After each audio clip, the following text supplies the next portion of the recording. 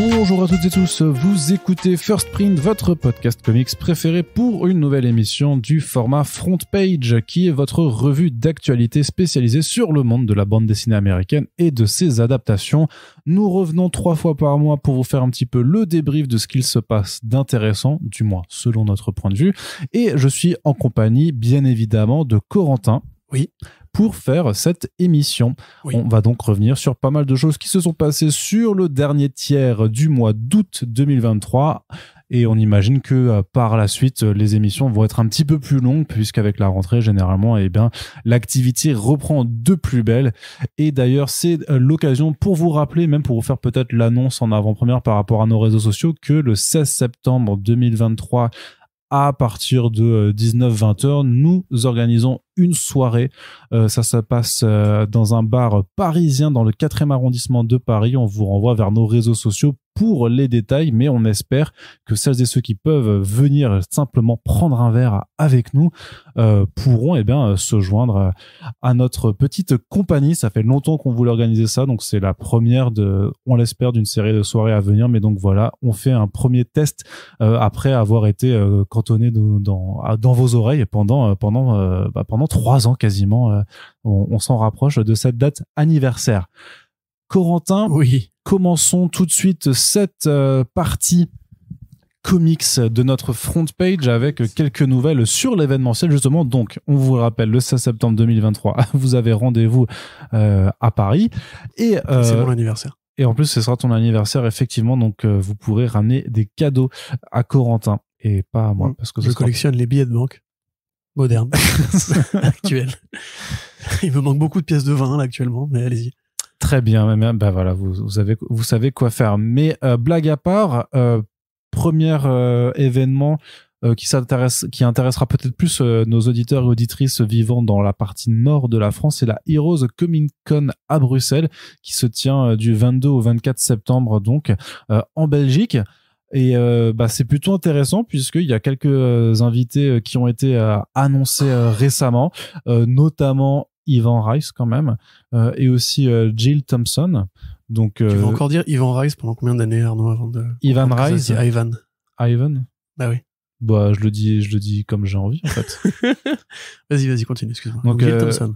Ivan Rice, Jill Thompson, qui seront présents. Il y a aussi un éditeur de DC Comics qui s'appelle Paul Kaminski qui sera présent sur place, et ça c'est plutôt cool parce qu'en fait il va faire du portfolio review. En tout cas il l'annonce, il le présente vraiment comme une activité à part. C'est quelque chose qui peut se faire en général de façon plus ou moins confidentielle avec les professionnels notamment qui sont présents sur l'artiste allé, mais là ils disent vraiment ils invitent les aspirants artistes à présenter leur dossier à la table dédiée, d'avoir 2 créneaux de rendez-vous par jour donc sur la convention. Et donc en plus de Ivan Rice et à Jill Thompson, on a aussi George Pratt. Et ça, c'est intéressant parce que Xavier Gilbert en parlait récemment dans le podcast qu'on n'a pas encore mis en ligne et qui va arriver, justement, qui est un artiste peintre, en fait, qui a fait des choses absolument fantastiques, mais très peu disponible ou plus du tout disponible, en fait, en VF, dont Batman Harvest Breed et surtout le Wolverine Netsuke. Donc ça, c'est plutôt intéressant. Également, Sian Tormey, qui est un artiste plus jeune, mais qui est en train de percer chez DC Comics. On a aussi l'ami Amazing Amazian qui était annoncé et qui sera présent là-bas. Donc, c'est sûr que la Belgique, il faut s'y rendre. Donc, c'est plus facile pour ceux qui sont à Lille et dans les environs que pour les gens qui habitent à Toulouse ou Montpellier. Mais nous, on aura le plaisir j'aurai le plaisir de m'y rendre pour aller faire quelques interviews. Et on espère que ça fera aussi du contenu pour le podcast. Notamment, j'espère que Paul répondra présent, parce que j'ai bien envie de parler édition aux États-Unis. Mais si on reste toi, le programme en tout cas, tu le trouves c'est très bien. Franchement, je connais pas très bien George Pratt, comme vous le comprendrez bientôt, mais sinon, oui, carrément, belle affiche pour nos amis Vallon, flamand. C'est quelle Je me prononcerai pas là-dessus vu mes connaissances en géographie. On va juste dire belge. Voilà. Ouais, mais ils aiment bien qu'on. Ouais. Je me prononcerai. Comme les Québécois, ils aiment pas qu'on dise canadien. Voilà. Alors plus proche de chez nous, plus proche de chez nous géographiquement et un petit peu plus loin dans le temps, c'est l'édition 2023 de Quai des Bulles qui commence également à s'agiter de notre côté, puisque 404 Comics sera de nouveau présent. C'est l'un des éditeurs de comics qui participe à ce festival plus axé dans la conscience collective sur la BD franco-belge. Hein. Mais voilà, il y a du comics et aussi de la BD de genre qui s'y invitent chaque année. L'an passé, on n'avait pas pu y aller parce que moi j'étais à New York, mais il y avait le label 119 notamment qui était présent en grande pompe, et 404 aussi. Et donc là, ils sont de nouveau présents. C'est les premiers qui annoncent leurs auteurs dans notre petit secteur, avec Yenji Calbart qui sera de retour. Donc Yenji qu'on a déjà reçu dans le podcast, qui a dessiné Everything de Christopher Cantwell et qui a signé Salamandre, dont on avait parlé plus tôt dans l'année et qu'on vous recommande parce que c'est un très bon dessinateur et auteur. Et aussi l'équipe créative de l'album qui arrivera juste avant le festival, qui s'appelle Le Dernier Jour de Howard Phillips Lovecraft, un album qui vous le savez est très attendu du côté Kikou de la rédaction. Je sais pas si Corentin si, oui, aussi, ouais. Je vous conseille d'ailleurs la super émission Panthéon des légendes de Hommage Collatéral qui est revenu récemment sur le cas de notre ami Artoulou, comme il faut dire apparemment. Si vous êtes comme moi un peu connaisseur de très loin via les adaptations, ça peut vous amener des clés de compréhension. Il y a le génial Alex Nikolavitch qui est dedans et qui est juste impérial. Cette moitié d'encyclopédie vivante. Bah oui, puisqu'il a notamment aussi écrit une biographie en bande dessinée de Lovecraft, donc forcément ça aide. Romuald Giolivo et Jakub Rebelka, donc qui sont les deux membres de cette équipe créative, seront également présents. Donc le Quai des Bulles, c'est du 27 au 29 octobre 2023. Moi, je peux vous confirmer aussi que j'y serai. Pareil. Et toi aussi? Ouais. Très bien. On va y aller avec Océane. Trop bien. Eh ben, écoute, on se retrouvera sur place, ma foi. Ah, c'est un malo. À Corentin, puis on pourra aller manger des crêpes et boire du cidre, parce que c'est quand même ça qui est plutôt cool. C'est vrai. À faire. Et les drapeaux aussi, ils sont jolis. Ensuite, Corentin, du reste de l'actualité, maintenant, la partie comics en tant que tel, sur les sorties notamment qui vont arriver. 2 titres qu'on n'avait pas mentionné dans la précédente émission, qui font un peu partie des fameuses big news de Panini Comics, qui sont juste des annonces de sortie mais éditorialisées pour essayer un peu de créer de l'événement autour de simplement un catalogue de sortie. Doctor Strange Fall Sunrise. Ouais, Doctor Strange Fall Sunrise du génial Tradmore et Demon Wars de Peach Momoko. Là, donc 2 albums qui... PH Momoko. Hein? Tu veux dire PH Momoko? Ouais, mais à un moment, tu vas finir avec ce micro dans le fondement et ça va faire bizarre dans l'émission.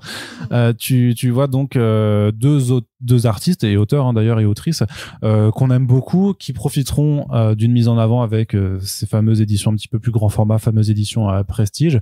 Chose qui aurait dû être faite d'ailleurs pour le Silver Surfer Black à l'époque, vu Tradmore, parce que pour à notre sens. Mais c'est quand même une histoire qui est plus en canon que ces deux-là, quitte que Black, ça parlait quand même. Enfin, c'était un bout du run de Donny Cates sur son espèce de panthéon cosmique par rapport à Thanos. Ouais, mais ça enlève rien aux planches complètement tarées. Je suis d'accord, mais là, à mon sens, on est même encore plus loin. C'est vraiment peut-être le plus beau travail de Tradmore qui existe. À l'heure actuelle. Ouais, parce que le bonhomme, donc voilà, c'est avec ses traits très, très arrondis, enfin, tout en courbe, tout en couleur aussi, très psychédélique, un héritier de Steve Ditko notamment. Et là, c'est forcément, la comparaison se fera immédiatement par rapport au sujet de Doctor Strange. Tu peux nous dire quelques mots un petit peu sur ce récit? Oui, bien sûr. L'histoire, en fait, comme je le disais, hors continuité, c'est-à-dire que Doctor Strange se réveille dans une dimension, un royaume qu'il ne connaît pas, qui s'appelle Philomela, je crois, et va mener différentes aventures dans ce royaume. Il va rencontrer des animaux, il va rencontrer une reine, il va rencontrer différents personnages avant de réaliser pourquoi il est là, quelle mission il a à accomplir. Je ne peux pas vous en dire plus sans divulgacher l'intrigue, évidemment. Mais après, l'intrigue elle-même, elle est bien. Elle a une force, elle a une voix, elle a un souffle. C'est quand même vraiment le dessin qui marque dans cette expérience-là. La même histoire comprise par un autre dessinateur aurait été très différente. Donc oui, c'est effectivement un album qui est très riche visuellement, avec un trait extrêmement onctueux, qui évoque un petit peu l'imagerie hippie, l'art nouveau, des découpages extrêmement riches. C'est super beau, c'est colorisé par l'épouse de Tradmore, Heather Moore, j'ai envie de dire. Ouais. Et pareil, la mise en couleur est exceptionnelle. Donc voilà, pour moi, c'est déjà un truc qu'il faut absolument lire si vous aimez le coup de crayon de Tradmore, si vous l'avez découvert. Ça n'a rien à voir avec ce qu'il faisait au début sur Luther Strode et tout. C'est vraiment l'aboutissement de sa logique, et avec effectivement la magie et le côté extrêmement créatif des univers à la Steve Ditko, sachant que là c'est quand même plus fantasy, hein. C'est vachement bien. Quant à Demon Wars, donc il s'agit de la suite plus ou moins directe de Demon Days, dans le sens où Mariko est toujours dans son présent japonais, amener une sorte de double vie entre sa vie réelle et un monde fantastique, fantasmé dans les rêves, façon Alice au Pays des Merveilles, où elle va visiter un Japon plus féodal, plus ancestral, où elle croise différentes créatures qui renvoient aux croyances shinto, qui renvoie au folklore, qui renvoie à plein de choses dans ce genre-là. Et là, le mot wars n'est pas du tout usurpé parce que même si c'est pas que ça, il y a une partie qui est là pour évoquer le Civil War il y a les croquettes du chat qui viennent de tomber. Le Civil War de Mark Millar. Donc là, effectivement, c'est une guerre entre deux factions du monde démonique, des yokai, avec d'autres éléments qui viennent d'autres runs, d'autres grands moments de l'imaginaire Marvel. Donc elle réinvente toujours un petit peu les codes des grands récits Marvel à sa sauce. C'est toujours très beau, c'est plus estampe japonaise ou peut-être un peu Junji Itoesque que manga, on va dire. C'est vraiment très beau, effectivement, et enfin c'est une histoire qui, comme Demon Days, profitera de plusieurs éditions, dont une en grand format, cartonnée, très impressionnante. Donc, mais en fait, c'est ça, c'est que après c'est l'édition de base qui est déjà dans un format agrandi. Alors, on a vu des gens qui s'en plaignaient en disant que du coup c'était trop cher parce que c'est il me semble que c'est 25 ou 25 entre 24 et 26 euros, c'est quelque chose comme ça. Après, t'avais aussi leur coffret collector là qui était complètement abusé en termes de prix parce que c'était 80 balles avec des ex-libris dedans et tout ça. Donc là, bien entendu, c'est pour ceux vraiment qui veulent se faire un kiff et surtout qui en ont les moyens, qui peuvent mettre de côté pendant quelques mois à la limite pour se l'offrir. Mais l'édition de après, moi je trouve c'est comme le Amazing Fantasy, c'est comme le Beta Rebuild. Pour moi, ça les vaut parce que vraiment tu profites de la partie artistique parce que c'est vraiment ça la plus-value en fait, et c'est que ça fait du beau bouquin. Mais voilà, ça c'est une façon de concevoir ton rapport aux bandes dessinées, mais c'est pas ton rapport à l'objet livre. Ouais, mais c'est pas mais je veux dire que même en plus je trouve que même dans ce que ça raconte et par rapport à ton envie de le relire, c'est vachement plus intéressant et c'est beaucoup moins quelque chose que tu lis de façon presque jetable comme beaucoup des ongoing en fait que tu suis d'un point de vue feuilletonnant et qui effectivement là peut-être mériterait d'être revu dans la proposition du format de publication. Oui, mais pourtant ils vont quand même le rééditer au format manga ensuite, donc. Mais ça c'est différent. Ouais, mais après c'est pour un autre lectorat, ça a plus rien à voir. Je veux dire, enfin techniquement, on va d'ailleurs tu me grilles la politesse parce que je crois que je voulais parler d'autres choses juste avant. Parce que justement, si tu parles de l'amour du dessin, non, t'as raison, du rapport à l'objet, effectivement, il y a quand même pour moi une vraie noblesse dans ces grandes éditions, qu'elles soient Panini ou Urban en général, je préfère toujours quand on a un artiste virtuose, on préfère avoir la taille appropriée pour pouvoir rentrer dans son univers. Et là, effectivement, c'est pareil. Doctor Strange, dans un format Panini classique, dans 100%, ça aurait vraiment aucun intérêt, selon moi. Et Demon Days, de la même façon, voilà, s'ils peuvent faire une sorte de testament ou un très grand truc, comme les grands formats de 619, comme tu dis, on a très peu de chances de voir des artistes comme Momoko tous les 4 matins. Tu vois, c'est le produit d'une expérience. Pitch Momoko, c'est une japonaise qui vient s'amuser, faire des expériences avec les personnages de Marvel en les déplaçant dans un contexte, des couvertures, beaucoup de couvertures, 26 pour le mois de décembre seulement quand même. Mais elle avait même signé à un moment une exclusivité avec Boom Studios parce qu'elle est très prisée. C'est un truc de fou. Ouais. Mais après il y aura probablement même des recueils de couvertures, hein, toi un jour chez Marvel, parce que oui, surtout voilà. En plus d'autant plus que DC l'a déjà fait. Ils ont truc que je n'achèterai jamais mais dont je peux comprendre, enfin je peux voir à qui ça peut plaire, mais ils ont sorti des alors je sais plus si c'était sur Harley Quinn et Poison Ivy peut-être ou Catwoman, mais en fait c'est des compilations juste de couvertures variantes. Oui, bien sûr. Il y avait même ça pour genre Dark Knights 3 Master Race, ils avaient fait l'album avec que les couvertures, les 100 couvertures variantes, je crois qu'il y avait eu un truc comme ça. Enfin, c'était n'importe quoi. Mais ce que je voulais dire, c'est que effectivement, Doctor Strange, Fall Sunrise, c'est un super album. Tradd Moore est un artiste exceptionnel, mais ça reste un virtuose américain sur un marché américain, enfin anglophone sur un marché américain. L'intérêt principal pour moi de Pitch Momoko, c'est pas juste les jolis dessins, c'est aussi le métissage culturel que ça représente. Et ça, c'est pas un truc qui arrive tous les 4 matins. Donc effectivement, je pense que tu peux te permettre d'investir un peu plus compte tenu de ce truc-là. Un peu comme quand il y avait eu le Batman de Marini, par exemple. Tu vois, chez Urban, c'était un peu ça aussi. Même c'était pas ouf. C'était pas du tout aussi épais qu'un Urban classique, mais l'intérêt graphique et l'expérience que ça représentait méritait d'avoir un album avec cette bonne taille et avec un prix qui était adapté, quoi. Donc à mon sens, voilà, je préfère en tout cas moi toujours des plus grandes pages quand les artistes sont doués, évidemment. Waouh, porte ouverte, me voilà. Mais sinon, voilà, pour revenir à l'actualité suivante, ils vont aussi du coup proposer ça à un autre public, comme tu disais. Ouais, c'est ça, puisque Panini Manga a annoncé en fait qu'ils allaient rééditer le Demon Days de Pitch Momoko, qui a donc déjà eu son édition pour le lectorat de comics, mais aussi d'autres précédentes collaborations qui ont été faites entre des artistes japonais et Marvel, comme le Wolverine Snicked de Tsutomu Nihei, donc le monsieur qui a fait Blame entre autres, et qui d'ailleurs était exposé à Angoulême cette année, ou c'était Non, je dois confondre, mais qui a été exposé récemment chez à Angoulême et qui profite maintenant de Perfect Edition pour pas mal de ces bandes dessinées, enfin de ces mangas chez Glénat. Et en fait, du coup, ils vont le rééditer. En fait, ils lancent vraiment une collection Marvel manga qui était officieuse avant parce qu'on avait déjà parlé de Deadpool Samurai, de Avengers, enfin de Marvel Zombies Avengers Assemble qu'ils avaient édité dans ce format-là. Et donc, en fait, ils veulent reproposer aussi des titres qui avaient déjà été proposés auparavant dans des formats cartonnés plus traditionnels ou souples pour le Wolverine Snake. Je me rappelle pas si c'était du cartonné parce que c'était il y a très longtemps, il y a plus de 10 ans qu'il avait été édité une première fois, et donc de proposer voilà dans un format manga, donc avec aussi la réduction de taille et la réduction du prix, sachant que voilà ça va être très ponctuel et que c'est pensé pour des œuvres qui effectivement dans une logique éditoriale peuvent se proposer dans un format manga. Alors c'est vrai que le Demon Days va pas passer en noir et blanc, ça va toujours être en couleur, ce sera aussi d'ailleurs dans un format de lecture occidental, ce sera pas en lecture japonaise puisque ça a été pensé pour un public occidental à la base.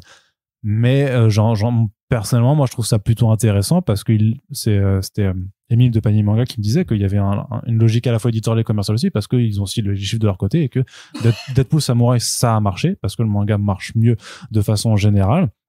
Donc pourquoi pas proposer aussi au lectorat de manga ce genre de choses. À mon sens, c'est pas pour moi de toute façon, tu vois, c'est clairement quand je vois ce genre de produit. Après bon, je t'avoue que Snicked, vu qu'il le réédite pas en format normal, j'irai le prendre là-bas.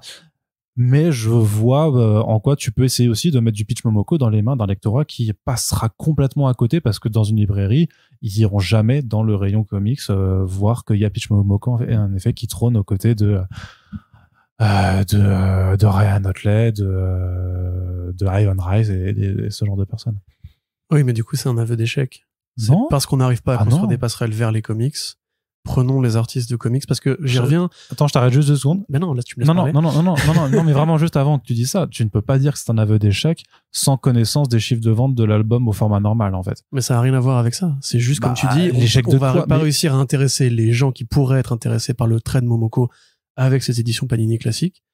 Donc, on va déplacer ça dans le rayon manga. Et parce que Momoko est japonaise alors qu'elle a pas un trait manga, comme je le disais, pour moi, c'est ne pas comprendre tout l'intérêt de l'expérience. C'est-à-dire d'avoir une artiste japonaise qui va faire du comics, et je dis bien du comics, et pas du manga, comme justement ils le font au Japon, avec des artistes japonais, ou comme pouvait être le cas de Snicked, par exemple, parce que Snicked, c'est effectivement plus un trait qui évoque le manga traditionnel.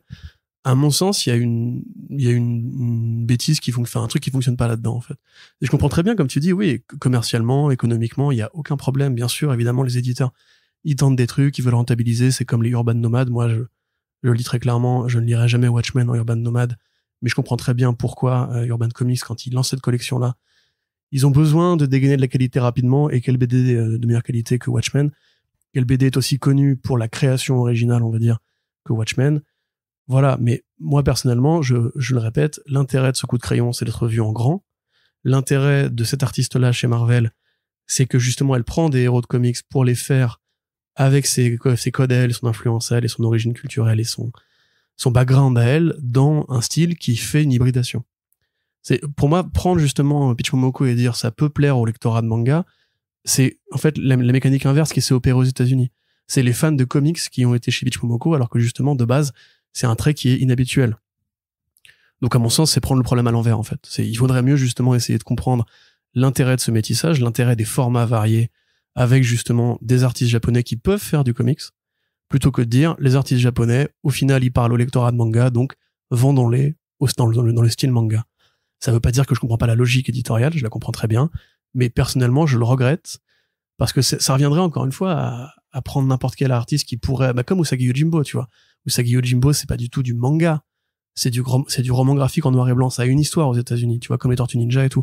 Le comics underground en noir et blanc, qui certes prend des influences ailleurs, mais ça reste du comics. Si tu vends Usagi Yojimbo comme du manga, tu laisses le lectorat de manga dans sa bulle manga. Au lieu justement de dire, lui c'est un artiste américain, il a travaillé avec Kevin Eastman, va voir là-bas, il y a un rayon qui est super bien et tu vas découvrir des choses. Et ça, c'est ce que je regrette.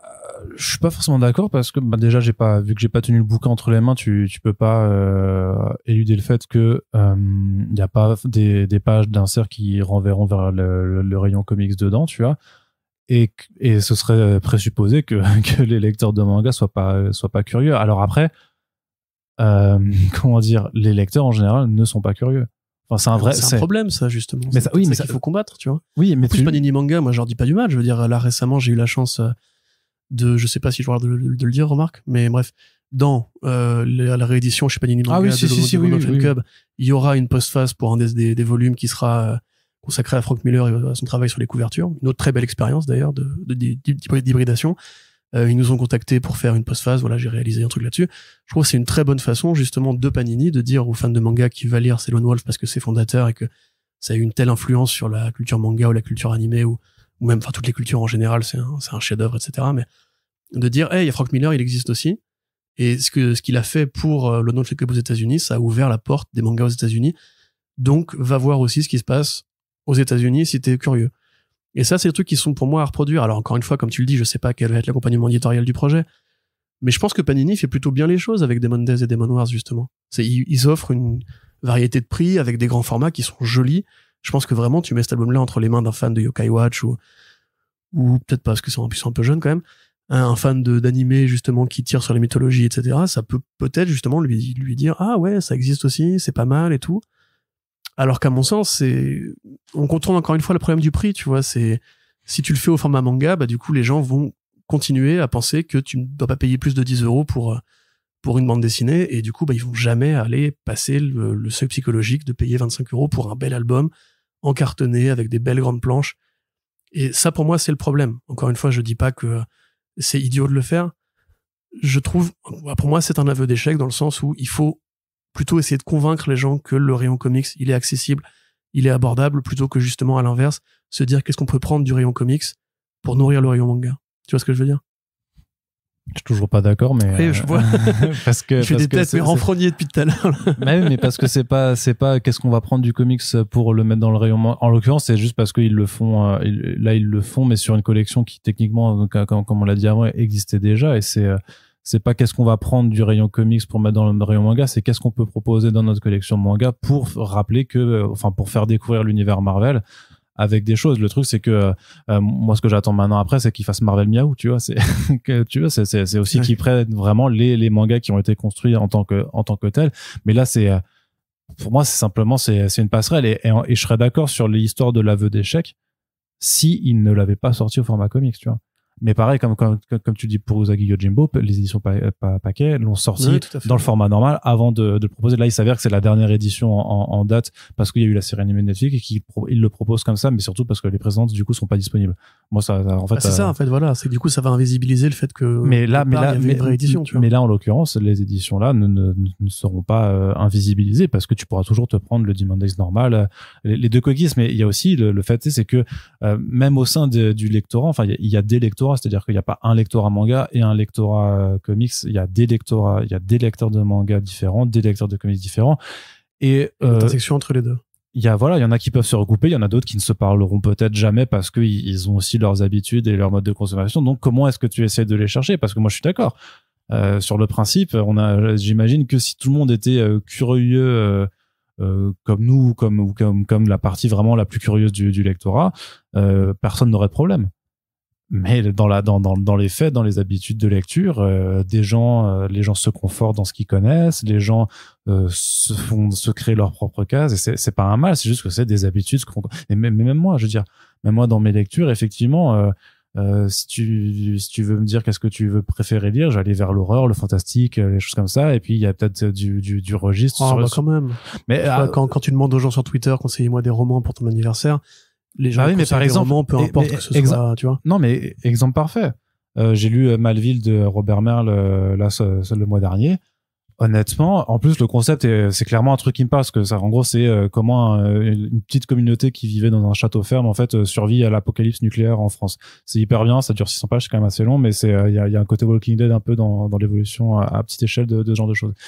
Mais je connaissais pas le truc et j'y serais pas allé naturellement. Je me serais dit pas. Alors qu'en plus l'auteur, j'avais déjà lu quelque chose de lui quand j'étais ado. Mais donc c'est-à-dire que même en étant le plus curieux possible, il y a des choses duquel on passe complètement à côté. Et si pour des lecteurs de manga, même les plus curieux, Marvel c'est vraiment que c'est dans le rayon comics, on n'y touche pas. Le fait d'avoir ce genre de collection et d'avoir une double offre voire triple en fait pour une même œuvre qui peut parler vraiment à des communautés qui se recoupent pas forcément. À mon avis, c'est pas un aveu d'échec, quoi. C'est justement plutôt de se dire, vas-y, on tente. A priori, s'ils le tentent comme ça, c'est parce que les ventes sont relativement correctes, parce qu'à mon avis, tu tentes pas de reproposer quelque chose si ton premier tirage il s'est pas vendu un minimum, tu vois. Après là, il y a aussi une variable logique. Peach Momoko, elle est japonaise et effectivement, on voit bien avec le soin qu'ils font pour ces albums à elle qu'ils ont conscience que c'est une valeur sûre, que tu peux rien dire sur la qualité de son dessin et qu'effectivement c'est un rapport assez universel à la beauté artistique en fait, que tu peux déporter même en rayon franco-belge, hein. Je pense qu'il y a des fans de franco-belge qui pourraient même, tu sais, genre des mecs qui ont des goûts un peu plus élites, ce côté estampe très travaillé, ça peut plaire à des vieux de 45 ans qui aiment bien la beauté graphique. D'ailleurs, juste un truc, c'est que je suis d'accord avec tout ce que tu viens de dire, mais le problème en fait c'est que dans l'équation ça admet quand même l'idée que le rayon comics va quand même rester désert. Tu vois, c'est qu'en fait oui, l'œuvre elle va se répandre, mais le fan de Marvel, le fan de manga qui se dit ouais, le rayon comics j'y touche pas, etc., on est d'accord que dans ta démonstration ça signifie que du coup il va pas plus y aller. Alors qu'avant, sauf si dans le sauf si Momoko, va là-bas et elle est bien, et tu vois le libraire qui peut t'indiquer par là, parce que c'est quand même une artiste que beaucoup de gens, je pense, pourraient aimer découvrir. Oui, mais non, mais justement, si après le mec il a dit ouais, j'ai kiffé Peach Momoko, ce qu'elle a fait d'autre, elle est sur le Star Wars Vision, elle est sur ce truc là, elle a fait deux trucs, je pense. Tu peux renseigner. Le problème c'est que Peach Momoko en tant que telle, si tu as kiffé ce qu'elle a fait, comme on le disait avant, elle est assez rare, donc en fait, à part Demon Days pour l'instant dans l'univers Marvel, et puis voilà, qu'est-ce que vous avez d'autre à me proposer dans une réinvention japonaise de l'univers Marvel? Bon, il y a pas non plus 40 000 trucs, donc non, mais je pense que l'an prochain ou l'année suivante on aura un Panini avec les quelques numéros one shot qu'elle aura fait sur Star Wars et les variantes qu'elle a fait sur Star Wars, les femmes de la galaxie. À mon avis, c'est à nos portes, et connaissant le fandom de Star Wars en France, ça va aider, à mon avis. Mais c'est vrai, comme tu dis, effectivement, il y a Tradmoor est peut-être plus facilement accessible, mais pour le coup, je pense pas qu'il parlerait mécaniquement aux fans de manga. Non, pas. Bon, bref, on aura ce débat. On aura ce débat à la soirée sur Sprint, tout bientôt. Voilà, c'est ça. Il y a pas de vérité. De toute façon, il y a des points de vue et il y a sûrement, des réalités après économiques. Derrière tout ça. Est-ce que en fait, c'est que je me rappelle aussi, juste d'un point de détail, c'est que que Marvel aussi va rééditer aux États-Unis le Demon Days en format manga aussi pour leur public là-bas. Sachant que eux, je sais qu'ils ont en plus, c'est Viz Media qui a des partenaires, je crois, avec qui a des contrats avec la Kodansha qui édite les mangas Marvel, donc j'imagine que ça va se recouper là-bas. Mais voilà, à voir si ça paye ou pas. Lisez-le, ça c'est. Ouais, lisez-le, quel que soit le format, lisez-le, dans tous les cas, ça vaut le coup, mais après, vous connaissez notre point de vue sur l'intérêt des grandes planches. Hachette teste une collection kiosque pour publier l'intégralité du premier univers Ultimate. C'est quelque chose qui n'est pas encore annoncé officiellement par l'éditeur, mais en fait qui a été vu dans plusieurs points de vente, et on remercie encore Serge qui est libraire dans une GSS culturelle, donc près de Reims, qui nous a... C'est quoi une GSS, Arnaud? Le podcast, il est pas encore sorti. Oui, c'est une grande surface culturelle, donc Fnac, Cultura, Furet du Nord, Espace Culturel, Leclerc et tout ça. Différentes des GSA qui sont généralistes. Voilà, mais ce sera dans un autre podcast, et de toute façon, a priori, si vous nous écoutez en temps et en heure, vous avez déjà vu qu'il y a 2 gros articles sur le marché des comics qui sont sortis, et dans lesquels on fait des explications sur c'est quoi ces points de vente. Donc, Hachette qui fait régulièrement des collections en kiosque avec des albums cartonnés qui pour le coup sont accessibles par rapport au prix de vente habituel, c'est 13,99, ou peut-être que ça a augmenté maintenant avec la crise, peut-être que c'est 14,99. On en avait parlé parce qu'ils avaient fait notamment une collection X-Men il y a 2 ans. L'année dernière, c'était Marvel Origins qui s'était lancé, donc qui reprenait vraiment les tout premiers arcs, et on disait justement que ça faisait un doublon avec l'offre trimestrielle de Panini Comics, donc les trésors de Marvel et tout ça. Et justement, dans un article que j'avais fait sur l'ajustement de cette offre, où on explique notamment que le Mighty Marvel Amazing Spider-Man s'arrêtait au bout de seulement 4 numéros, parce que a priori effectivement proposer les premières années de Spider-Man même en kiosque et même à petit prix, tout le monde, les lecteurs les ont déjà, et les non lecteurs a priori c'est peut-être pas leur meilleure porte d'entrée. Pour que ça les intéresse, et j'émettais dans cet article l'hypothèse qu'en fait peut-être que faire ça avec Ultimate Spider-Man, ça pourrait être une bonne solution, une bonne idée. On avait parlé en podcast déjà. Ouais, en plus, ouais. Et du coup, Hachette le fait, mais pas avec Ultimate Spider-Man, avec tout, avec Ultimate Fantastic Four, avec Ultimate X-Men, avec The Ultimates. C'est une collection qui est déjà sortie en Espagne, 60 numéros, et qui vraiment a priori comprend tout, vraiment tout. Tout, c'est-à-dire toutes les séries, mais aussi les crossovers, les mini-séries one-shot. Tout est sorti, là En Espagne, ouais, il y a un site qui liste le contenu de tous les albums. J'ai pas plongé dans le détail parce qu'il peut-être qu'il manque un one-shot ou une mini-série, peut-être la mini-série Daredevil Elektra, elle est pas dedans de ça, mais vraiment en 60 albums, il y a vraiment tout et il y a donc quand même, ouais. Oui, mais voilà, mais c'est 60 albums, donc il y a un prix de lancement. Là, ils sont en train de le tester avec 3,99. Puis après, ça, voilà, en général, c'est 3,99, 8,99, puis le prix de vente normal qui est de 13 ou 14,99 €. C'est un investissement. En général, tu les trouves facilement dans les kiosques au début, puis après, en fait, mieux vaut passer par l'abonnement si tu veux la collection complète, parce que sinon t'as vite fait, surtout que ça sort toutes les 2 semaines en général, donc t'as vite fait d'oublier le coche et il sort dans l'ordre chronologique cette fois-ci Bah ça c'est toujours la grande inconnue. C'est toujours la grande inconnue, sachant que les tomes, ouais, c'est, en fait, ils vont faire, quand ça sort, c'est-à-dire qu'ils vont faire d'abord Ultimate Spider-Man, puis Ultimate X-Men, puis le Ultimate, puis le Ultimate Spider-Man 2, puis le Fantastic Four 1, et ils vont quand même les sortir par ordre croissant, c'est-à-dire qu'ils vont pas te sortir l'Ultimate Spider-Man 1, puis le prochain tome de Spider-Man qui sort, ce sera le 5. Non, ça sera toujours chronologique. Par contre, par rapport à la frise et tout ça, je ne sais pas comment ça se passe, comment ils les placent, parce que je suis pas sûr que, parce que pour X-Men par exemple, si ça sortait vraiment dans le désordre et t'avais et tu te démerdes. Et sur la numérotation sur le dos, bah t'avais le 1, puis après t'avais le 13, puis le 83, puis le 65, puis le 27, et au final bah t'as semblé la frise un petit peu. Il faudra que je te montre ce que ce que j'avais pris. C'est le bordel. Le temps de prendre, c'était un peu bizarre. Donc là, je sais pas trop comment ils le sortent, mais bon, voilà, l'idée, c'est que si tu ne prends pas tout, t'auras pas la frise complète. Et même si tu veux prendre juste les numéros de Spider-Man, bah, va falloir juste être très attentif à quand cela sorte pour être sûr d'avoir quelque chose, et ça te donnera pas en tout cas sur le dos, t'auras pas de frise. Ça va te faire des bouts de machin un petit peu dégueulasse. Mais c'est l'univers Ultimate. C'était pensé dans les années 2000 pour justement proposer l'univers Marvel un nouveau lectorat, en reprenant les bases, en faisant de la réinvention dans un monde plus réaliste, plus voilà, politique aussi. Donc même si ça a maintenant 23 ans déjà, et peut-être que c'est plus simple. Est-ce que c'est pas une meilleure porte d'entrée en fait que Steve Ditko? Oui, je pense. Oui, oui, effectivement. C'est génial, hein, Steve Ditko, mais bon, c'est quand même 60 balais, quoi. Voilà. Donc pourquoi on dit que c'est un test? Parce que généralement Hachette fait d'abord des tests dans des points de vente, regarde si ça part, avant de le proposer vraiment à l'ensemble de la France. Et là, il y aura une annonce en bonne et due forme là-dedans. Il faut savoir, par exemple, que Hellboy, on a failli avoir une collection Hachette Hellboy. En assaut avec Delcourt, mais visiblement ça n'a pas pris lorsqu'elle a été testée. Moi je l'avais vu, on me l'avait signalé, je voulais faire un article dessus, donc j'avais écrit à l'époque, c'était il y a quelques années, peut-être que c'était pré-Covid d'ailleurs, c'était au plus tard, c'était en 2019 quoi.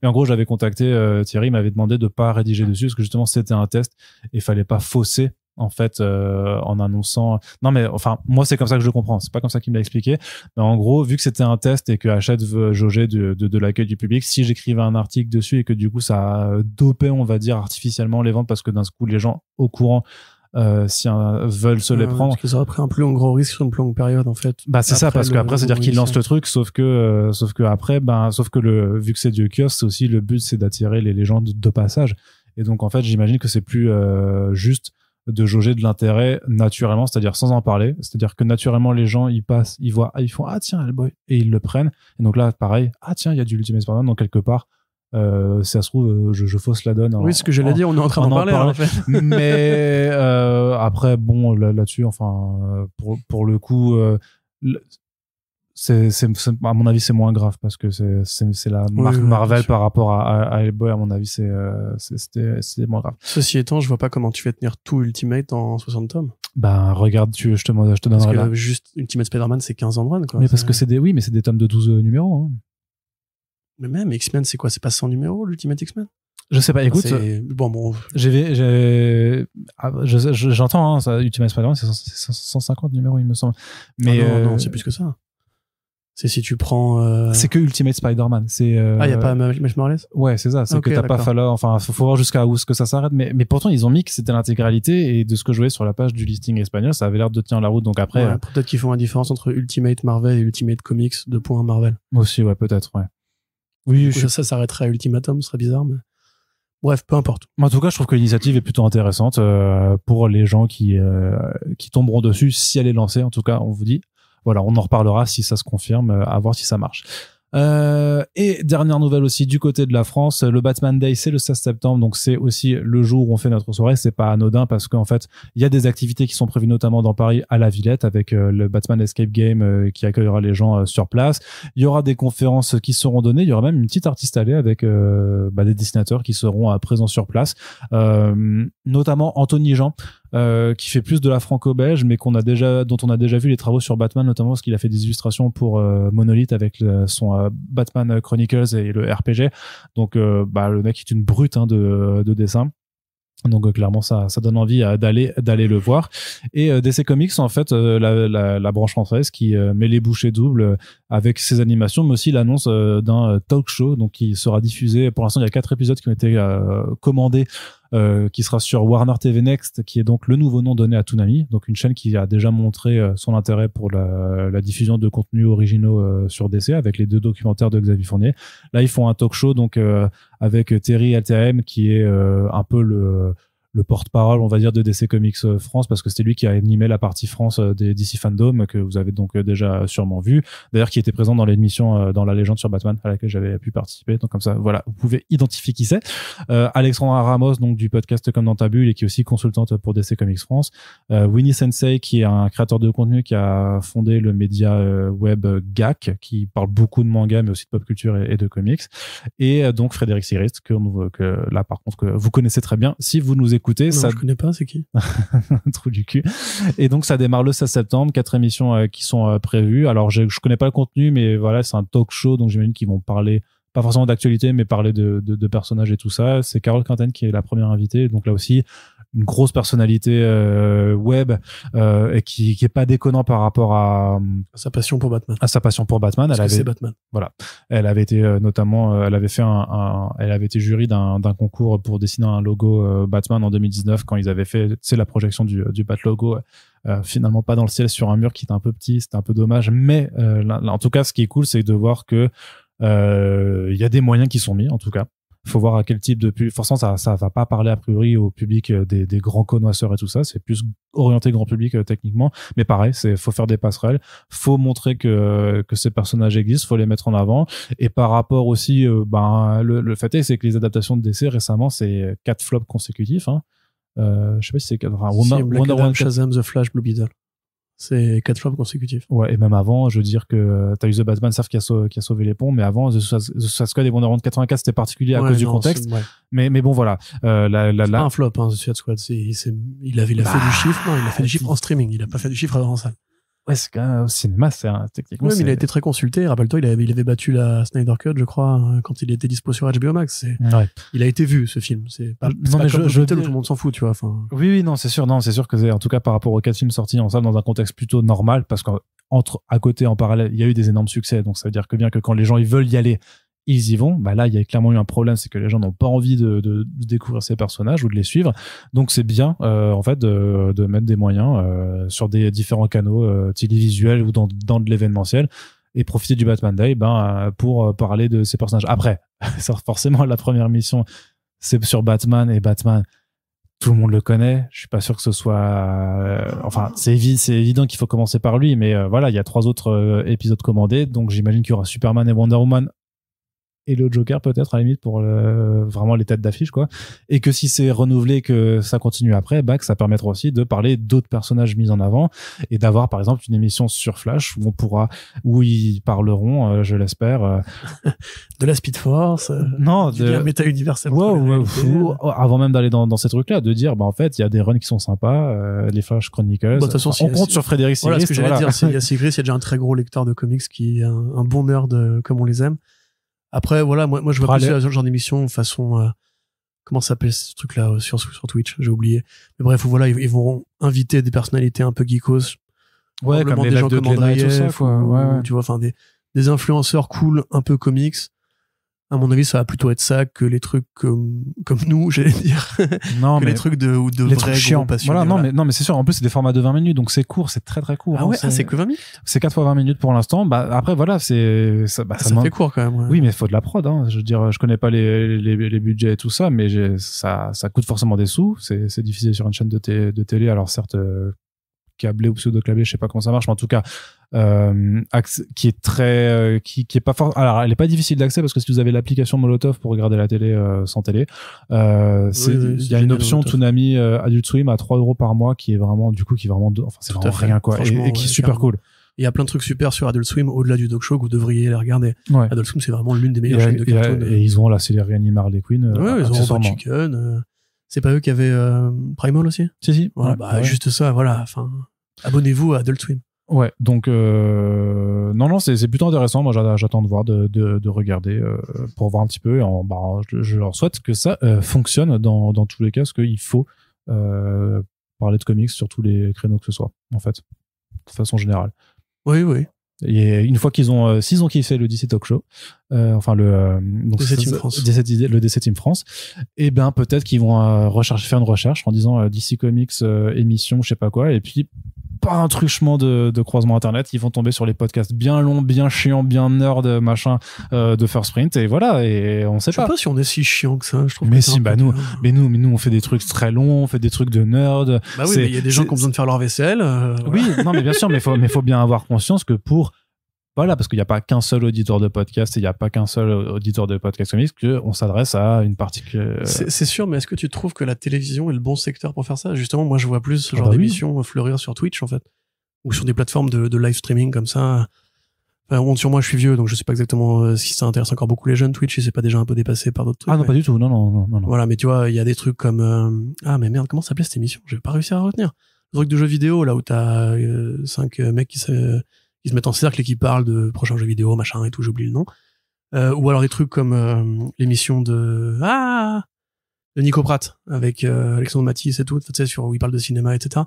Enfin, pour moi, c'est plus ce genre de machin-là qui a de l'avenir, parce que pour créer des passerelles, il faut intéresser un jeune public. Est-ce que le jeune public aujourd'hui, il va s'abonner à Toonami? Les parents vont abonner leurs gamins à Toonami, c'est possible, mais enfin à Adult Swim. Mais à mon avis, ouais, c'est peut-être plus le créneau web qui serait intéressant à creuser, tu vois. Après, c'est disponible, c'est comme dit, vu que c'est disponible sur une application et tout ça, je veux dire, c'est pas comme si les chaînes de télé étaient pas accessibles aussi par des canaux, parallèles en fait enfin, je veux dire que Molotov, t'as une application aussi sur ton ordinateur, donc tu peux y aller aussi et consulter comme tu consulterais Twitch, quoi. Oui, vraiment. Ouais. Après, clairement, j'espère que les émissions de question seront en replay aussi sur YouTube, sur d'autres canaux qui feront. Après, j'imagine que c'est des gens qui y réfléchissent de découper des extraits pour les diffuser sur les réseaux, sur TikTok, sur Instagram aussi, là où se trouvent les jeunes également. Tu mets des extraits de ces émissions pour les renvoyer vers les. Enfin voilà, il y a des choses à faire. Dans la légende, c'est où? Dans la légende, c'est web, hein, c'est YouTube. Hein. C'est web, ouais, c'est ça. Tu vois, enfin, c'est pas Twitch. Oui, mais bon, YouTube, Twitch, c'est pareil, c'est là que sont les gosses, quoi. Enfin. Et justement, Carole Quinten, en plus, c'est plutôt une youtubeuse, ce que je comprends de sa carrière moderne. Ouais, mais voilà, mais en plus, l'intérêt d'avoir Carole, c'est que, voilà, enfin, même si c'est pas parce que tu reçois des gens hyper importants dans tes émissions que forcément ça va décupler tes émissions. Nous, on le sait bien. Nous, on le sait très bien. Mais c'est sûr qu'elle a aussi sa communauté, elle va en parler, elle le mettra en avant, et donc forcément, t'as des choses. En plus, elle est un peu identifiée comme Madame Batman en France, j'ai l'impression maintenant, donc. Ouais, c'est pas un scud, hein. J'ai rien contre Carole Quinten. Je la suivais à l'époque de Gameblog non, sans déplaisir. Donc oui, non, c'est plus, voilà, c'est vraiment une nana qui, je pense, peut justement amener un peu de hype auprès justement de gens qui ont un peu moins de 25 ans, tu vois. Clairement.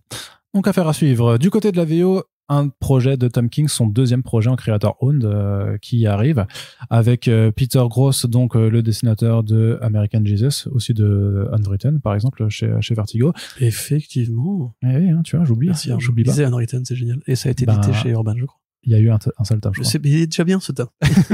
Si vous voulez voir Harry Potter sortir de son monde virtuel et tout, enfin, c'est vraiment. Est-ce qu'il est pas en arrêt de commercialisation? Je ne sais pas. Bah voilà, il y a la VO. C'est bien la VO. Bah non, mais typiquement, ce serait une série qui trouvera peut-être un nouvel écho dans Urban Man. Le problème, c'est qu'elle a pas été complétée en format normal. Donc, lisez Mike Carey en général, c'est vachement bien. C'est beaucoup mieux que la série Lucifer, le comics Lucifer. Bref, tout ça pour dire que ça s'appelle Animal Pound, c'est une réinvention du récit de George Orwell qui s'appelle La ferme des animaux, qui montrait donc comment les animaux d'une ferme se rebellent contre leurs propriétaires et les chassent et vivent en autarcie Et sauf que ça dégénère parce que certains justement alors voilà, les cochons en fait prennent le pouvoir par rapport aux autres, et ce qui était censé être une société utopie, égalitaire, utopie communiste en fait, basée sur le partage en commun des ressources, en fait se transforme en dictature.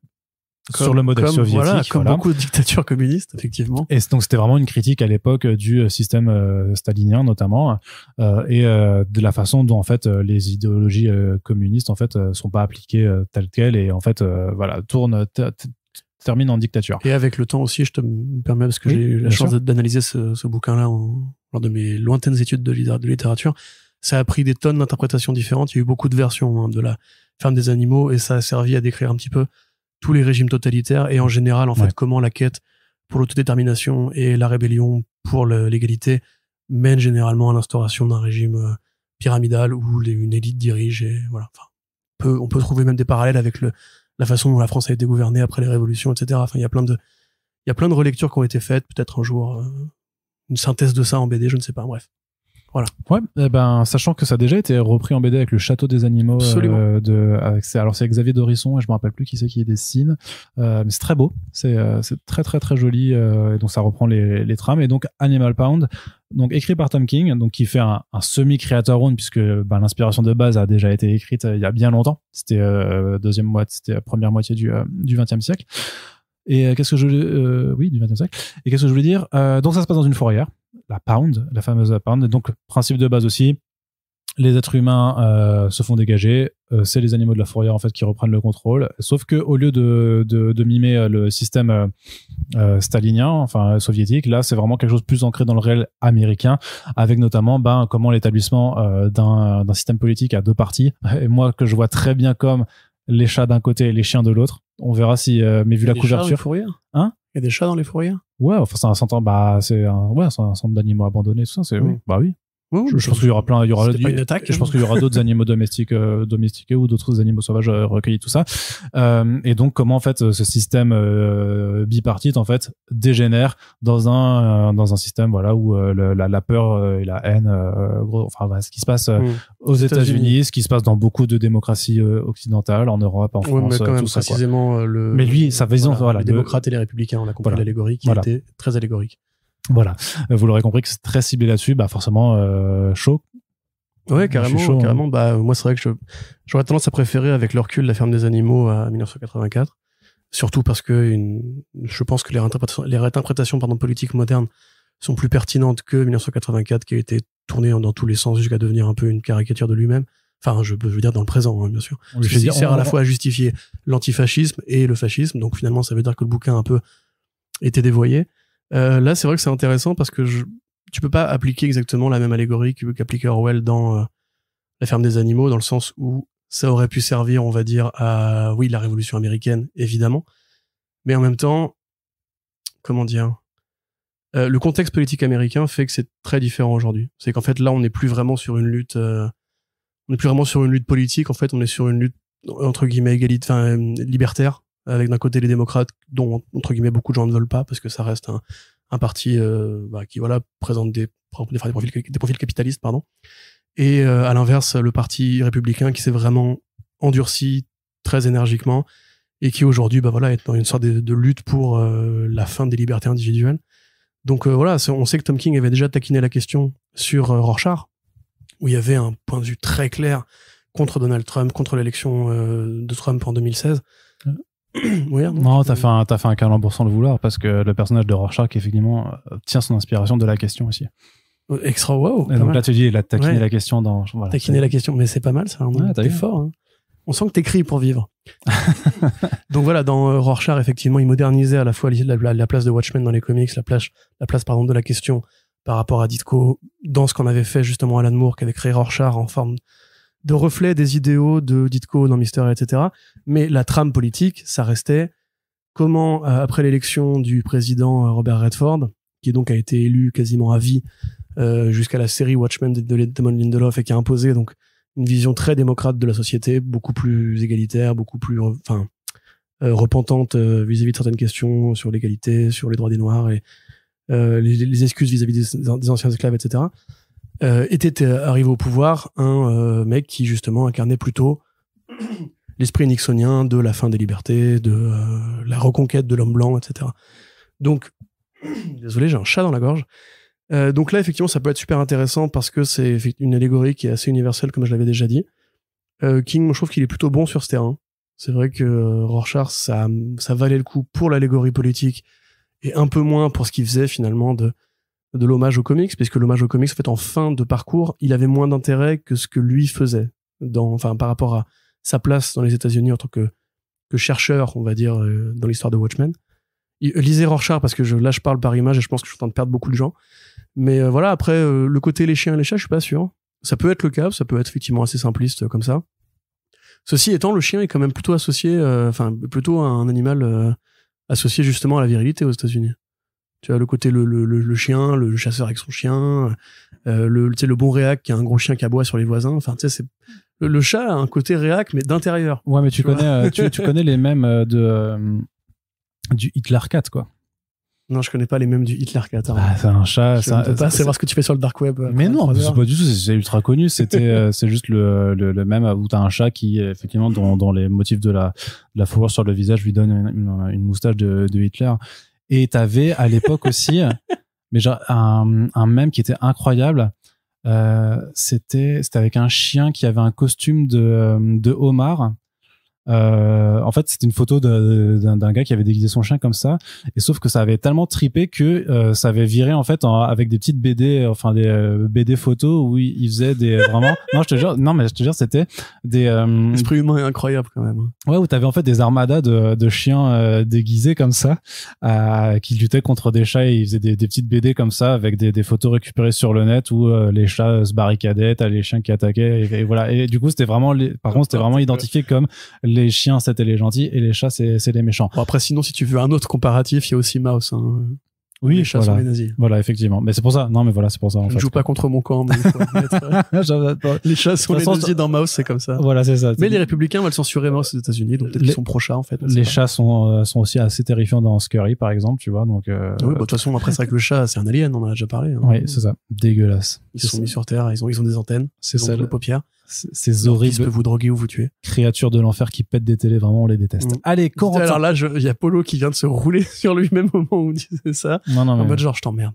Ouais. Allez, Corentin, on continue. Mobilis, donc le roman graphique de Juniba sur le Capitaine Nemo, est disponible, enfin va être publié chez TKO. On se demandait, alors c'est marrant parce que c'est un peu la synthèse de deux actualités qu'on avait couvertes, à la fois l'annonce de ce projet par Juniba qui cherchait à l'époque une maison d'édition, et le fait que récemment Tse-Shun avait dit dans une interview que TKO en fait était bien toujours présent malgré ce qu'on nous on s'était un petit peu posé la question, et c'est vrai que on disait il nous faudrait des annonces de titres pour voilà, c'est ça. Mais le truc c'est que Tse-Shun en fait il fait ses annonces que genre un mois avant la publication, parce que de toute façon vu qu'ils sortent tout d'un coup, soit en graphic novel, soit en box set, et en box set de single issues quand c'est le cas, bah en fait ils font, du coup il y a pas de sollicitation, il y a pas de truc à faire 3 mois à l'avance ou même avant, donc eux ils annoncent vraiment au dernier moment pour après que les gens ils commandent direct et ils aient le bouquin limite la semaine d'après. Et donc là c'est la dernière annonce en date chez TKO, c'est donc le Mobilis de Juniba qui arrive chez eux. Tout à fait. Alors on sait pas si Juniba rentre dans la catégorie des artistes AAA comme disait Tse-Shun quand il avait fait son communiqué de presse. Alors, je te coupe juste parce que il a fait pas mal de variantes aussi sur les TMNT, tout ça. Il y a quand même un truc qui s'est développé. Ah non, mais j'étais pas en train de dire que c'est pas un artiste AAA. Hein. Je disais juste ce que c'est de ça dont il parlait, c'est tout. Ah d'accord, si c'est ça qu'il mentionne. Bah là, je pense peut-être non, je pense que c'est quand Garcenis et tout ça. Je pense que c'est plus sur les Garcenis tout ça. Mais lui, en tout cas, c'est clairement une étoile montante aussi. Tout à fait. Et plus aux États-Unis, je pense. Ouais, parce que malheureusement, Monkey Meat a pas été un succès du tout. C'est dommage, mais c'est comme ça, c'est la vie. Donc là, on avait déjà parlé de ce projet. Donc effectivement, l'année dernière, il y avait Juniba qui avait posté. Alors malheureusement, je crois d'ailleurs que les posts ont été effacés depuis. Qui avait posté des croquis, des recherches, des planches d'un projet qui s'appelait Mobilis, My Life with Captain Nemo. Donc Mobilis, ma vie avec le Capitaine Nemo de Jules Verne, donc le célèbre terroriste, on va dire, qui commande le Nautilus, celui qui joue la Toccata et Fugue dans le film de Disney. De Disney d'ailleurs, c'est Disney qui avait fait Même sous les mers le film, je ne sais plus, vérifiez chez vous. Il y avait Nemo aussi dans l'adaptation de la Ligue des Gentlemen Absolument, mais de Extraordinaires. toute façon, Nemo, voilà, c'est comme Dracula, c'est comme la ferme des Ah animaux, non, quelque part. Nemo c'est pas un vampire, ça n'a rien à voir avec Dracula. C'est donc une grande création littéraire qui a été adaptée très régulièrement et reprise très régulièrement, au point justement que le sens de ces aventures a pu être tourné dans plein d'orientations différentes. Par exemple, effectivement, Alan Moore dans la Ligue en faisait plutôt un personnage qui combattait l'impérialisme anglais, ce qui était un peu le cas aussi chez Nemo, enfin dans le roman de Jules Verne, hein, mais voilà, donc c'est au départ un grand révolutionnaire qui veut vivre à part du monde des hommes, qui déteste les hommes et qui vit sous la mer, avec son équipage et un sous-marin submersible extrêmement avancé qui leur permet d'avoir une vie parfaitement équilibrée à bord sans avoir jamais besoin d'arriver à quai.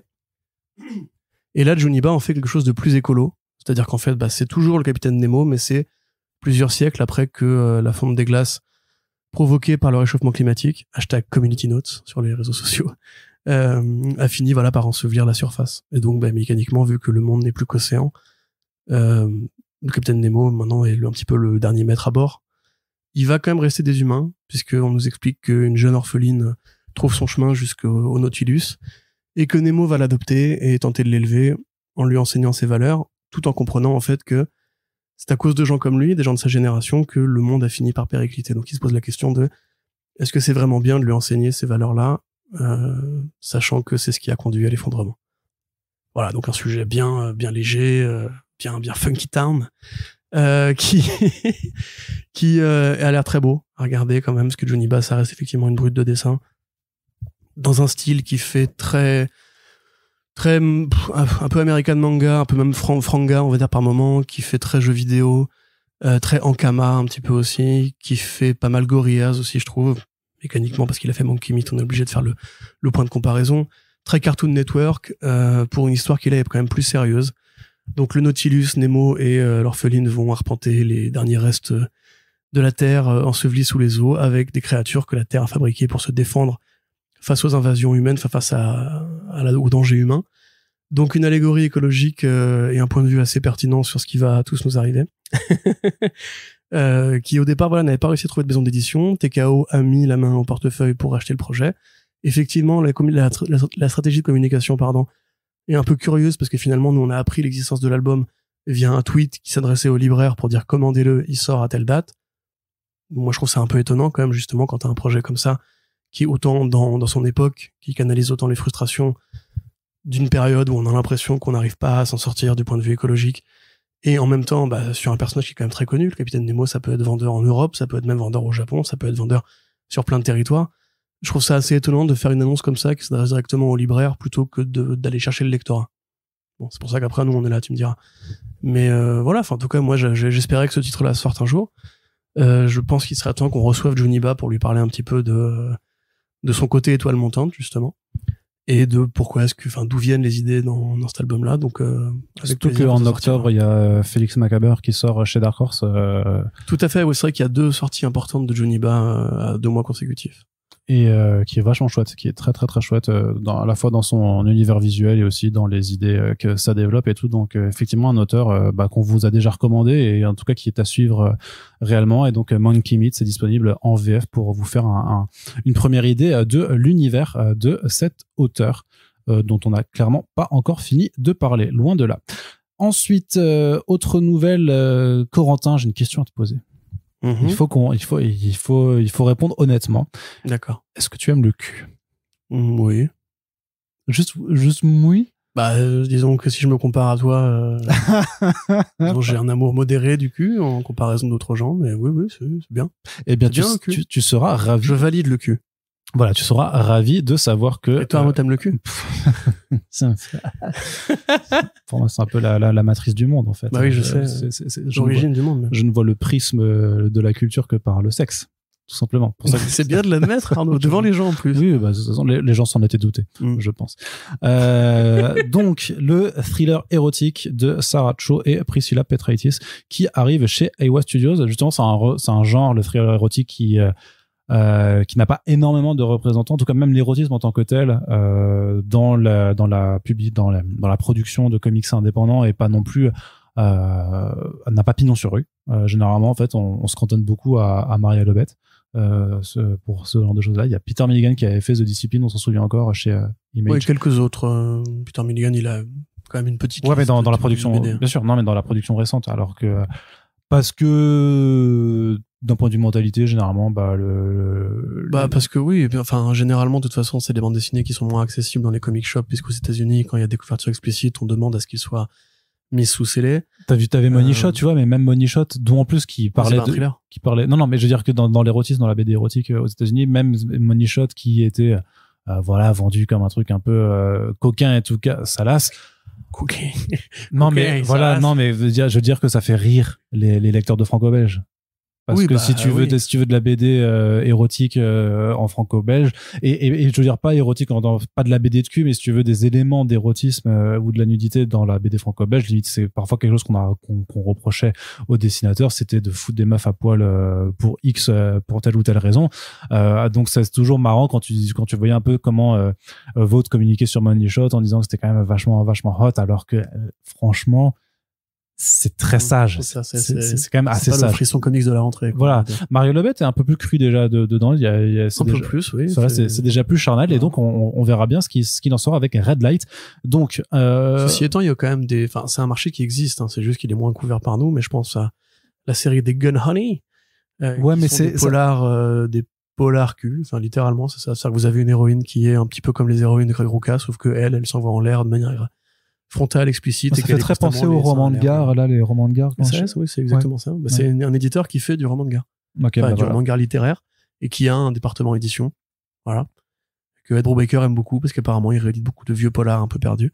Mais donc voilà, si vous cherchez, si vous êtes comme Arnaud et que vous adorez tout ce qui est cul, ça existe en VO. C'est vrai que moi j'étais très content de voir qu'ils faisaient une suite à Basic Instinct en comics pour voir l'approche, tu vois, c'est quand même pour moi c'est une œuvre incroyable. Il y a déjà une suite, hein. Basic Instinct 2 ça existe. On parle pas de Basic Instinct. On n'en parle pas.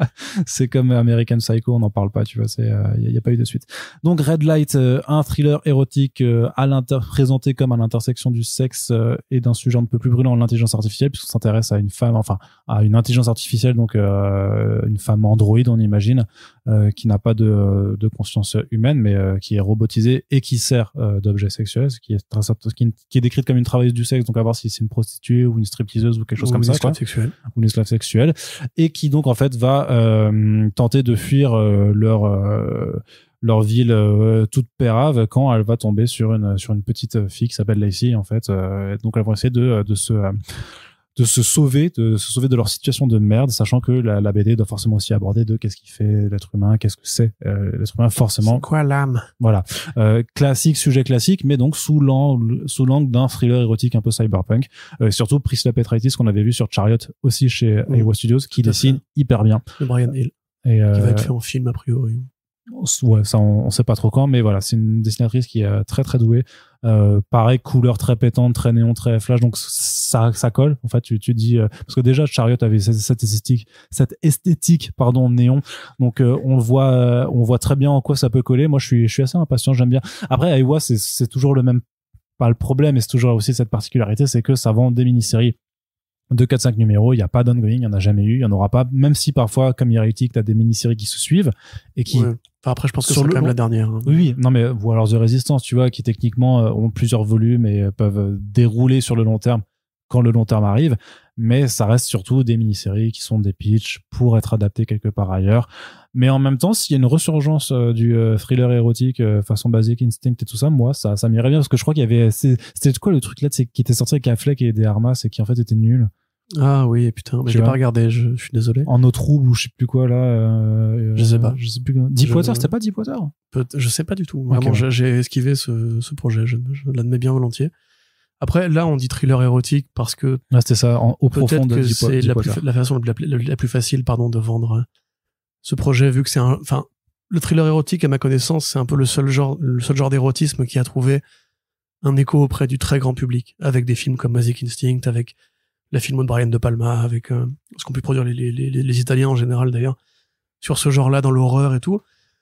Mais à mon sens, là, on est plus sur de la science-fiction cyberpunk avec des scènes de galipette. C'est-à-dire que le concept lui-même, un thriller érotique, moi j'imagine une sorte de chasse à l'homme, un duel psychologique, où il y aura effectivement une présence du sexe, voilà, où la perversion de l'être humain façon... Paul Schrader va être exposé via des scènes de galipette. Mais derrière, voilà, le cyberpunk lui-même, Je sais plus qui c'est qui avait dit ça, je crois que c'était peut-être Utile ou enfin, quelqu'un comme ça, qui avait dit le problème de la SF cyberpunk, c'est quand c'est écrit par des hommes, il arrive toujours à un moment donné où se pose la question, oui, mais est-ce que le héros peut baiser la femme robot? Et c'est vrai que c'est un concept qui revient assez régulièrement, jusqu'à Blade Runner 2049, qui est un film merveilleux, mais où il y a quand même justement cette question de comment est-ce que je vais réussir à baiser la femme robot. Et voilà, c'est même un truc qui a été un peu parodié ou dévoyé dans Ex Machina de Alex Garland, où justement tout le concept, c'est que c'est une IA qui veut s'enfuir, et elle passe par la séduction parce qu'elle a été présentée sous les traits d'une très belle jeune femme. Voilà, donc c'est toujours un peu le même concept. Même dans Skydoll de Barbucci, il y a un peu de ça, ce concept justement de la femme qui a été créée pour le plaisir de l'homme, modelé sur des trucs, etc. Et c'est très réaliste, ça existe même actuellement, si ça vous intéresse de le savoir. Il y avait l'émission 42 de Arte, La réponse à presque tout, sur les IA qui revenaient justement sur ces constructeurs de poupées gonflables, entre guillemets, enfin de sex dolls, voilà, qui étaient déjà pourvus de logiciels très rudimentaires d'IA. Même dans Made in Korea, il y a ça aussi, rappelle-toi, tu sais, l'ami du héros, l'ami du père, pardon, du créateur de l'Android, qui justement, lui, est un trafiquant sexuel, on va dire, qui vend précisément des sex dolls très avancés. Donc c'est un thème qui est d'actualité, qui sera toujours d'actualité. Je veux dire, voilà, si l'homme peut reproduire la femme sans qu'elle lui pose problème et qu'il puisse en plus la modeler comme il a envie, selon ses fantasmes, etc. Voilà, c'est logique. Moi, c'est plus vraiment le nom de Petraites qui m'incite à y aller, parce qu'effectivement, c'est une très bonne artiste. J'ai beaucoup aimé Chariot pour le dessin, plus que pour le scénario. On va pas se mentir, maintenant c'est sorti. C'était un bon petit hommage à K2000, mais voilà, ça allait pas beaucoup plus loin malheureusement. Et le fait, effectivement, comme je l'avais dit pour la dernière annonce de Maria Iobet, dont j'ai déjà oublié le nom, sur l'application sur le campus là qui permet Crave. Crave, voilà. C'est qu'en fait, effectivement, comme tu l'as dit, je pense qu'on manque de comics érotiques. C'est peut-être pas ceux-là qui vont pousser le marché à en imposer une nouvelle vague, mais c'est un truc récurrent. Voilà, le sexe fait partie de la vie, fait partie des interactions humaines élémentaires. A priori, vous qui nous écoutez, vous avez déjà fait l'amour. Vous avez déjà même poursuivi un objectif qui était de faire l'amour en rencontrant quelqu'un. Et oui, c'est quand même très peu évoqué. Tu peux même te masturber, quoi, en fait. Oui, voilà, par exemple. Et puis le rapport au sexe, le rapport à son corps, etc. Oui, c'est des trucs qui devraient être évoqués plus souvent. Même dans la culture super-héros, je veux dire, on a eu Chief Zdarsky qui avait essayé à une époque. Mais bon, lui, c'était plus long que de la blague. C'est quand même ouf, toujours, cette histoire, effectivement, que, en fait, tu vois jamais, ou presque jamais de scène de cul. Tu te rappelles encore du tollé sur les internets avec Catwoman et Batman. Ouais, alors que c'est ridicule, quoi. En plus, évidemment qu'ils sont en l'air, je veux dire. Ouais. Depuis le temps, j'imagine qu'ils sont quand même pas restés au stade de je te poursuis sur un toit, tu vois, parce que c'est un peu triste, sinon Batman faut quand même s'amuser de temps en temps. Après, c'est pas l'intérêt, l'idée c'est pas qu'il y en ait dans chaque numéro, je sais pas quoi, parce que ça sera un peu ridicule aussi, mais c'est vrai que ça fait partie de certains enjeux. Oui, bien sûr. Mais en plus, voilà, ça existe, mais dans les fan-made, destinés à des adolescents pubères qui cherchent exactement une planche où ils voient She-Hulk faire les trucs, tu vois. Et c'est un peu ridicule, parce qu'au bout d'un moment, justement, la littérature érotique, elle existe, elle est incarnée par des œuvres qui sont intéressantes parfois. Le cinéma érotique, bon, c'est plus compliqué, mais il y a eu des périodes où c'était possible. Et même sans même parler d'érotisme, simplement le fait de pouvoir dessiner un sein dans une BD, c'est encore un truc qui fait très polémique. Ça existe que sur dans les mainstream, voilà. Dans les mainstream. Alors qu'effectivement, nous en Europe, on en rigole depuis longtemps, quoi. Enfin, je veux dire, après, on passe pour des pervers et des malades mentaux depuis les États-Unis, qui sont un pays puritain.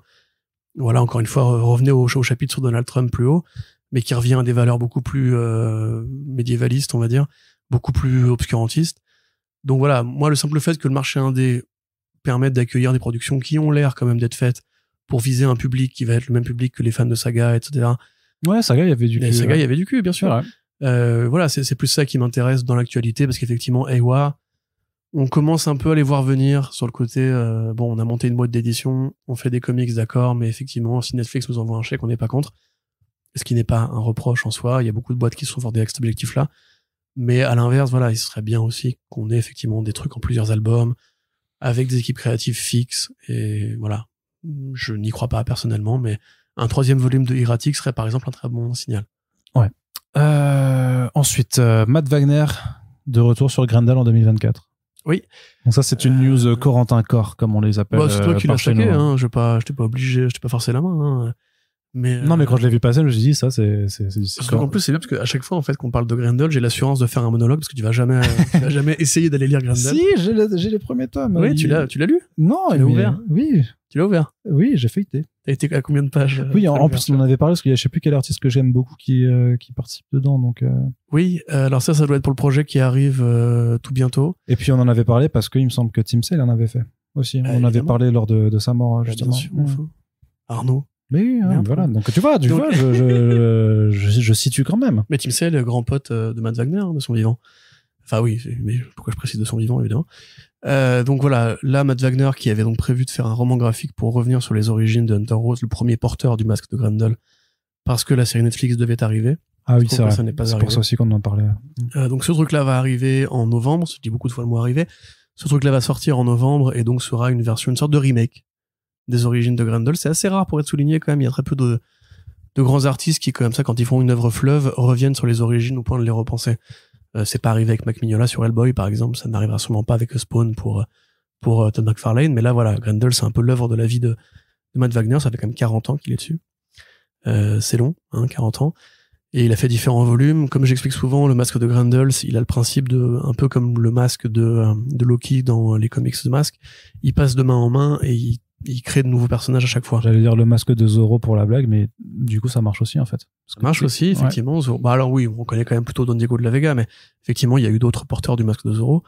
La différence, c'est que Grendel, c'est une saga, au sens littéraire du terme. C'est-à-dire que c'est une saga avec des passages de génération. Donc il y a plusieurs porteurs de Grendel. Et en fait, ce qui est arrivé, c'est que dans les années 2000-2010, il a ouvert la porte de la science-fiction au sens traditionnel, c'est-à-dire la hard science. Enfin, non pas de la hard science, du coup, j'ai appris vachement ce que ça voulait dire et c'est pas ça. De la science-fiction péplum, on va dire. C'est-à-dire, le fait, la société s'est organisée avec des modes et une structure tyrannique et futuriste. Et donc, en fait, les porteurs de Grendel principaux, le Grendel Khan, a servi l'espèce humaine. Et donc, a créé un culte du Grendel Khan, qui est un empereur comme le Grand Khan dans Donjon, qui dirige le monde. Et il a un paladin, son meilleur guerrier, qui est le Grendel Prime, et c'est lui le vrai héritier de Grendel, puisque c'est le guerrier tout-puissant. Un peu comme le guerrier immortel, on va dire. Donc Grendel Prime finit par aller dans l'espace.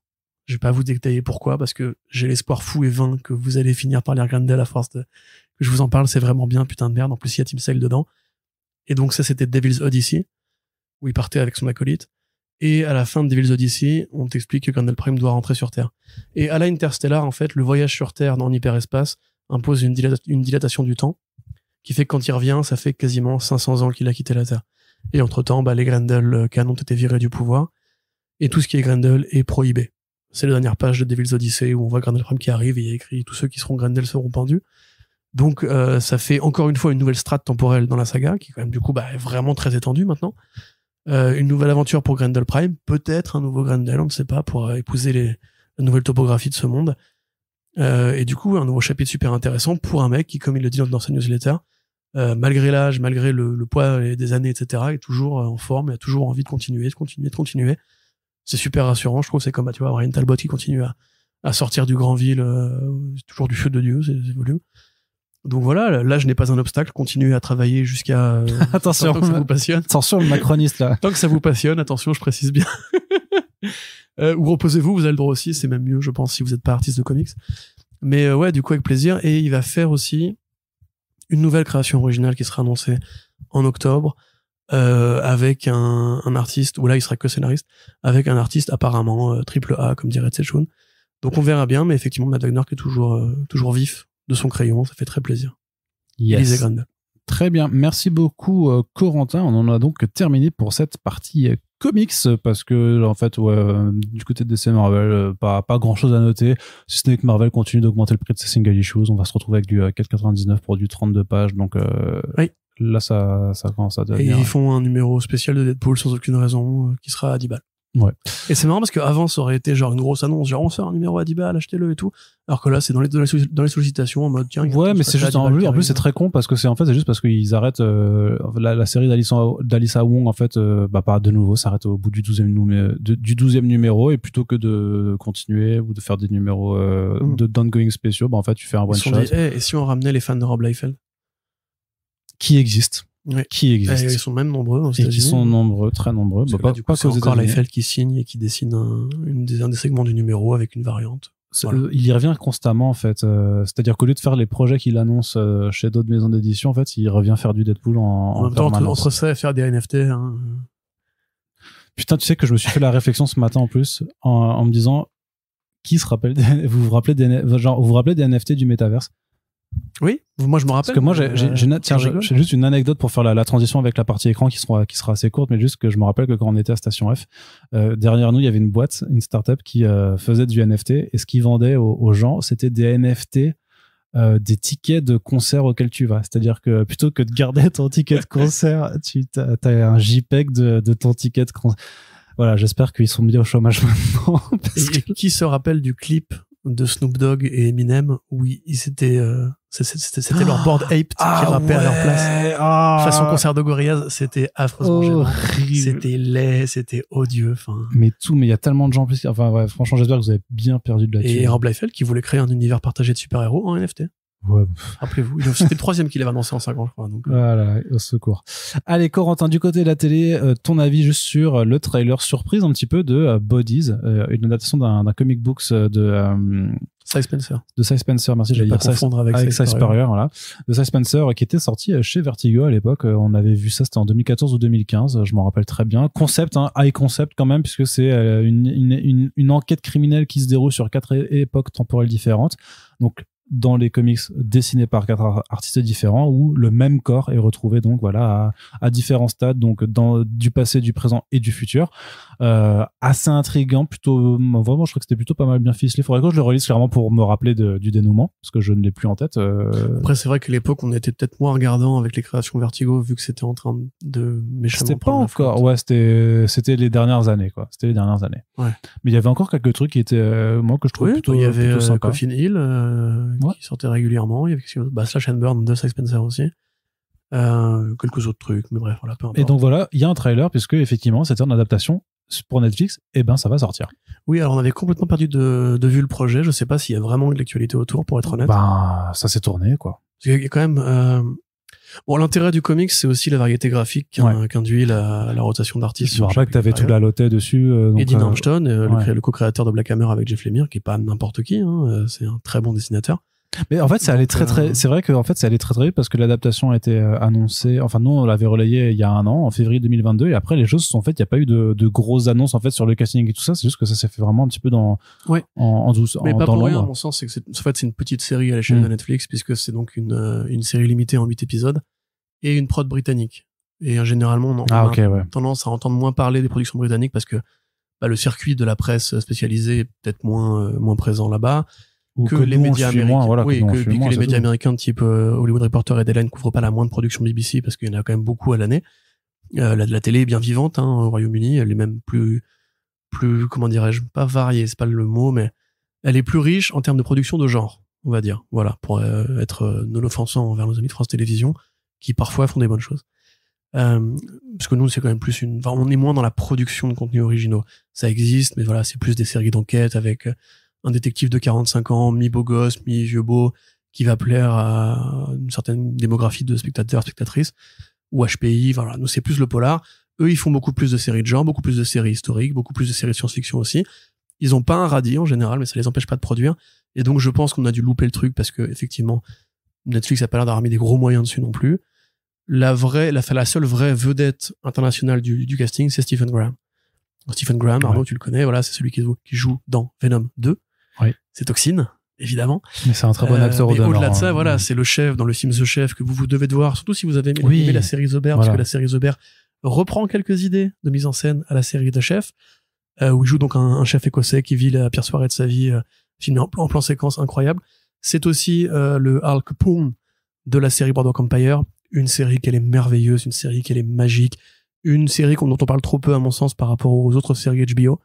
Voilà, sur les gangsters qui sont apparus pendant la prohibition aux États-Unis, à Atlantic City, à Chicago, à New York, avec Al Capone, avec Lucky Luciano, avec Oncle Nucky, etc., etc. Regardez-la. Et dedans, justement, Stephen Graham, qui est un Écossais, qui a un accent, mais horrible à écouter quand vous parlez pas bien anglais, parce que on comprend rien à ce qu'il dit, il bouffe les mots.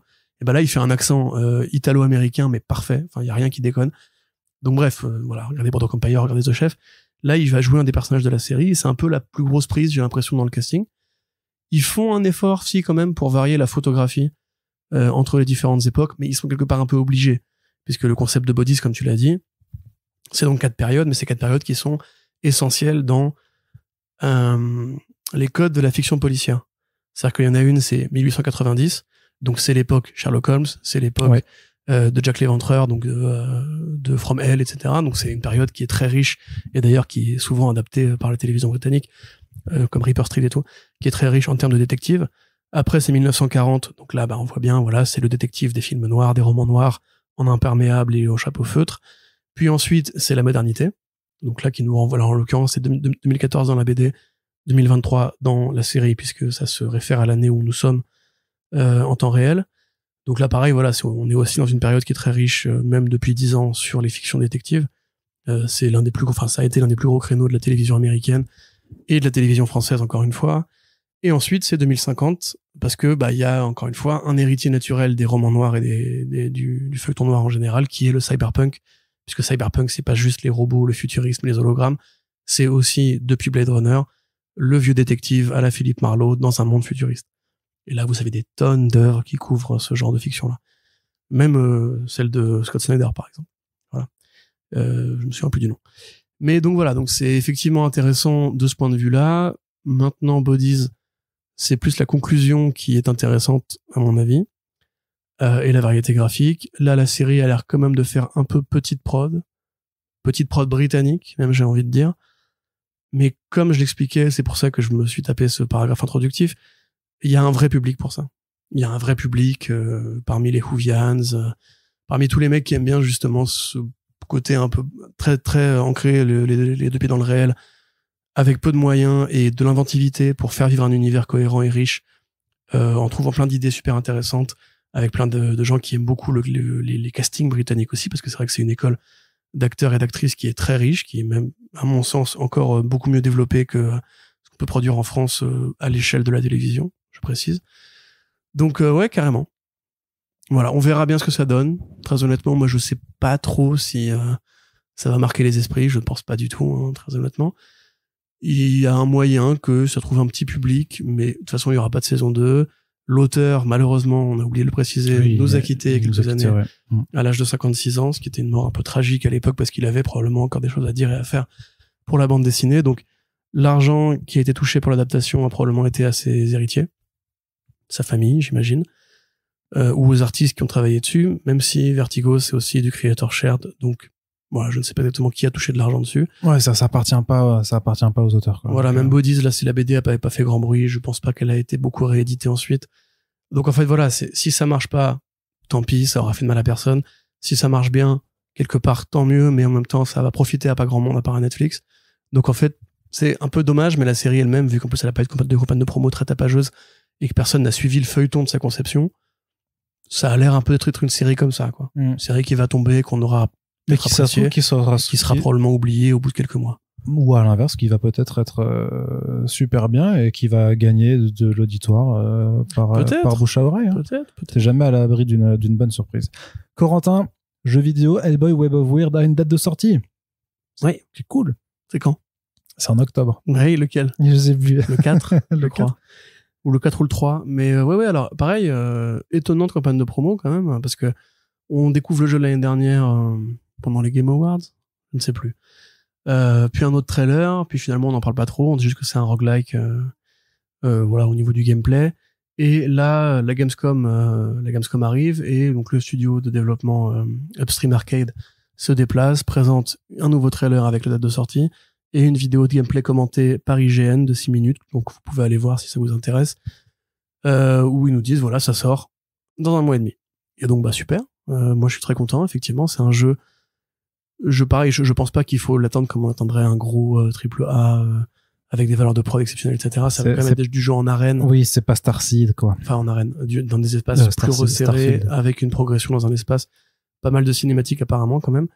Et voilà, il y a un système de baston. Enfin, c'est un beat'em all RPG, quoi. C'est pas ce sera pas Marvel Spider-Man 2 pour rester dans le contexte des adaptations de comics en jeu Ouais, vidéo. en même temps, un monde ouvert avec Hellboy, je vois pas trop quelle zone tu pourrais explorer. Mais... Non, je parlais plus en termes de budget, Ah oui, bien sûr. d'envergure. Mais pourtant, moi, artistiquement, ça m'intéresse non, ça a l'air trop plus bien, que hein. beaucoup de Bien jeux sûr. très budgétés. Enfin, parce que justement, cette espèce de rendu qui va chercher le dessin de Mignola jusque dans le HUD, où la jauge de vie, c'est un cœur dessiné par Mignola en action très minimaliste.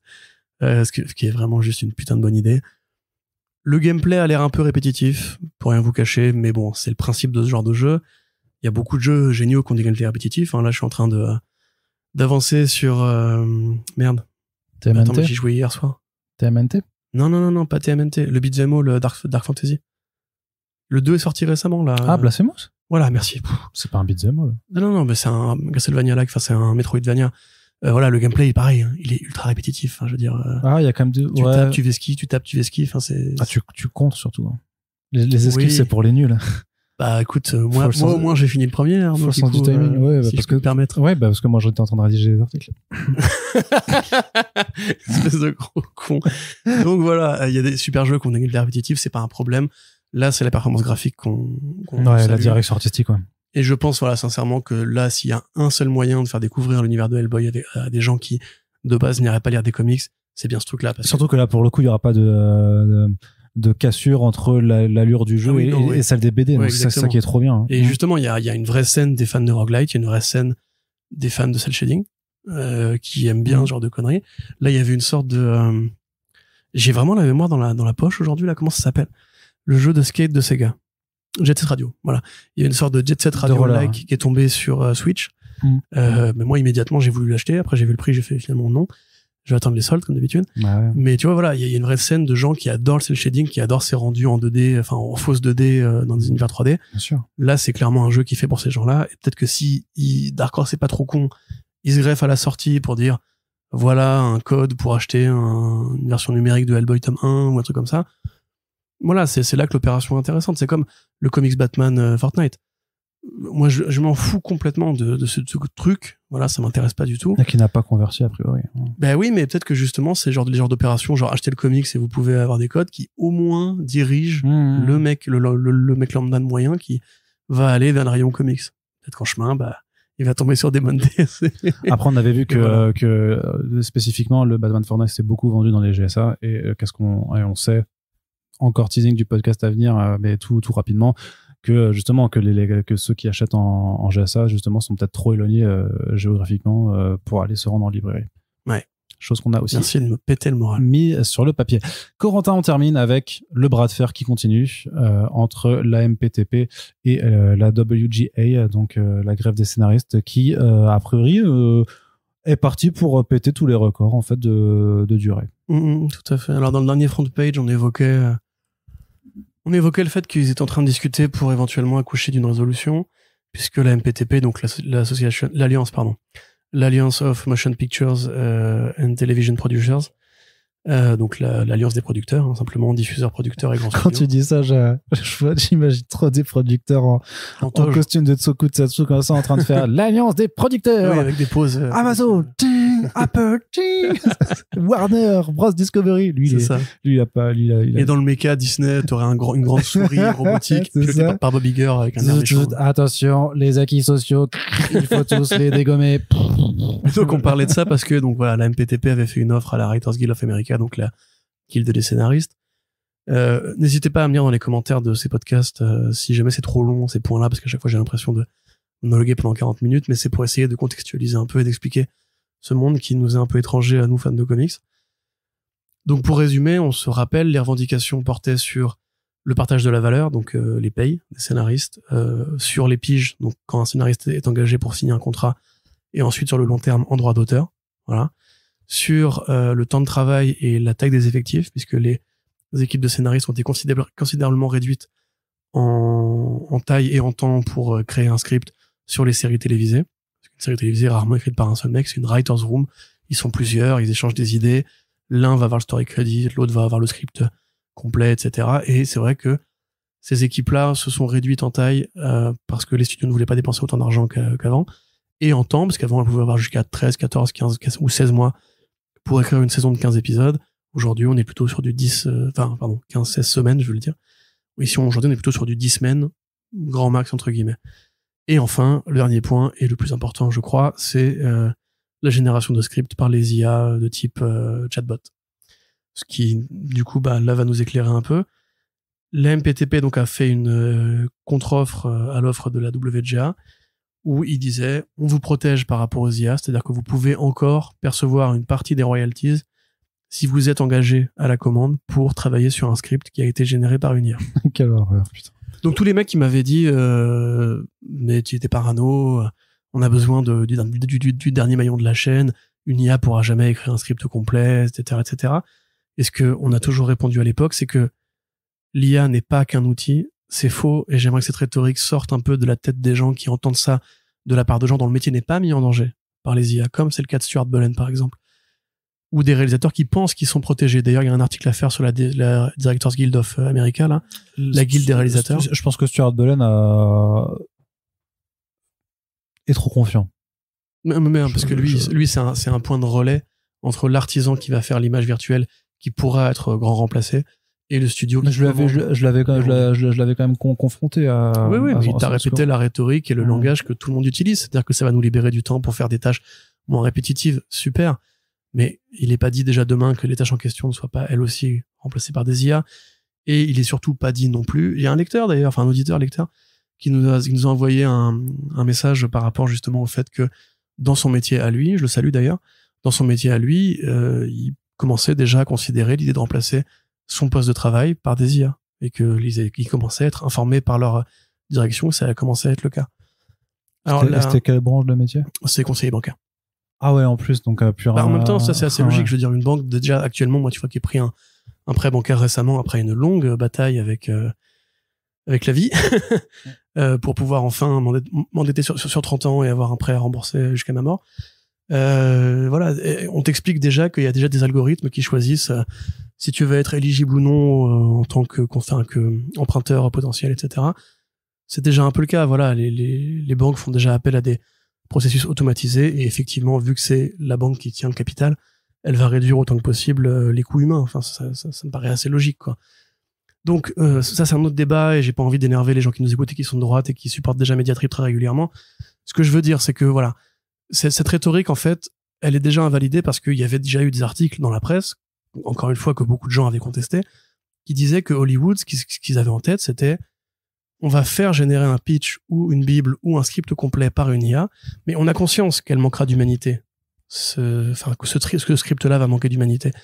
Donc ce qu'on va faire, c'est qu'on va embaucher une sorte de script doctor qui va repasser dessus, amener de l'humanité, changer des détails, corriger, etc. Enfin bref. Mais du coup, il sera plus le créateur officiel. Il n'aura pas le script, crédit, donc il sera pas considéré comme l'auteur de l'histoire. L'IA sera l'auteur de l'histoire, donc le studio sera l'auteur de l'histoire. Ce qui change tout en termes de droit d'auteur. Tu vois, c'est évidemment très différent quand tu es scénariste chez DC, qu'on te recrute et qu'on te dit, alors, l'éditeur, il veut qu'on refasse le procès de de Spider-Man par rapport à Spider-Gwen, tu vas écrire telle histoire, s'il te plaît Nick Spencer. Bon, ou s'il te plaît, Zeb Wells. C'est très différent de quand justement Cary Andrews, il arrive chez EY, il fait, j'ai une idée pour Spider-Man, voilà mon idée, filez-moi mes royalties à chaque album vendu. Parce que dans un cas, t'es salarié, tu reçois une paye, de l'autre, tu es auteur, tu reçois des droits d'auteur, des parts sur les ventes. Enfin, en l'occurrence, c'est pas vrai pour EY, puisque EY paye des salaires aussi en échange des droits d'adaptation. Voilà, ça vous le savez aussi maintenant. Donc voilà, ça c'est déjà ultra préoccupant. C'est la contre-offre de la MPTP ne prévoit pas ce que demandait la guilde des scénaristes, qui était que si un script est généré par une IA et qu'un scénariste est mis dessus pour le corriger, il est considéré comme l'auteur de l'histoire. Et que jamais un script généré par une IA ne pourra être considéré comme du matériel source, parce que c'est pas un truc qui a été créé par un humain. Et donc ça, les studios, maintenant, avancent à visage découvert, ils ne veulent plus d'auteurs. Ils veulent des gens qui arriveront et qui repasseront sur des trucs pré-créés. Donc là, déjà, on assiste peut-être en direct à la mort de l'artiste dans le cinéma américain. C'est super grave, c'est terrifiant. Et dites-vous bien que si on peut le faire pour un truc où, généralement, dans l'esprit humain, on associe quand même l'art à la création humaine, si on peut le faire pour l'art, dites-vous bien que vos métiers à vous sont aussi en danger. C'est peut-être que les métiers manuels qui sont pas en danger actuellement. Mais voilà, donc ça c'est super préoccupant. Là on te dira oui, mais regarde l'industrialisation du travail à la chaîne, ça a quand même permis d'alléger des conditions de travail, qu'il y a des tâches qui sont pas réalisables par l'être humain. Donc, oui, ça a surtout permis de déplacer des emplois dans des pays dictatoriaux qui font que maintenant on est dépendant de. Ouais, bref. Oui. Je t'avais dit pas de diatribe. Oui, c'est vrai, pardon. Excuse-moi. C'est complexe en plus. Hein, donc, alors, on va éviter de rentrer trop là-dedans. Ce qu'il faut retenir, c'est que donc voilà, la contre-offre de la MPTP effectivement prévoit donc bien l'écriture de scripts par des IA. Et le Hollywood Reporter a fait un article très clair là-dessus. Ils ont dit en fait, sans le vouloir, la guilde des producteurs a en fait abattu sa carte maîtresse. C'était en fait que non, il n'allait pas revenir là-dessus.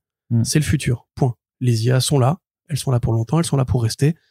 Et si on laisse faire entre guillemets les commanditaires, les patrons, les studios, elles vont évidemment être mises au travail. C'est logique puisqu'elles ne coûtent pas d'argent ou beaucoup moins que un artiste, un auteur qui après va être considéré comme le créateur de l'œuvre. Donc ça voilà, c'est le premier point. Sur le reste, effectivement, la MPTP a offert des concessions alors qu'elles étaient inférieures à ce que demandait la Writers Guild. Mais sur les droits d'auteur, ils ont offert des concessions. Sur les chiffres du streaming aussi, ça on en avait parlé. Où on se rappelle encore une fois, quand vous êtes auteur, vous avez une part d'intéressement aux produits consultés. Ça, par exemple, si vous êtes le scénariste de, je ne sais pas, Renfield, par exemple, voilà, pour prendre l'exemple de Robert Kirkman, quand les gens vont voir le film, si vous avez bien négocié votre truc, parce que c'est au cas par cas évidemment, vous devez percevoir un pourcentage particulier sur chaque entrée en salle, ce qui fait que si le film fait 100 millions et que vous avez négocié pour avoir 1% des entrées, vous avez $1 million. Bon, ça ne peut pas exister dans un monde où on n'a pas les chiffres de l'audimat. C'est-à-dire que si Netflix ne veut pas dire il y a eu 1 million de gens qui ont vu Renfield en streaming, les gens qui ont écrit le film ne peuvent pas dire et mon pourcentage il est où? Du coup, ce qu'ils font eux, c'est qu'ils communiquent les heures vues et seulement sur une partie, le top 15 grosso modo des productions, en sachant qu'en plus ces chiffres sont gonflés et ne représentent pas la réalité, parce qu'ils avaient besoin de faire ça à une époque pour rassurer les actionnaires pendant le Covid.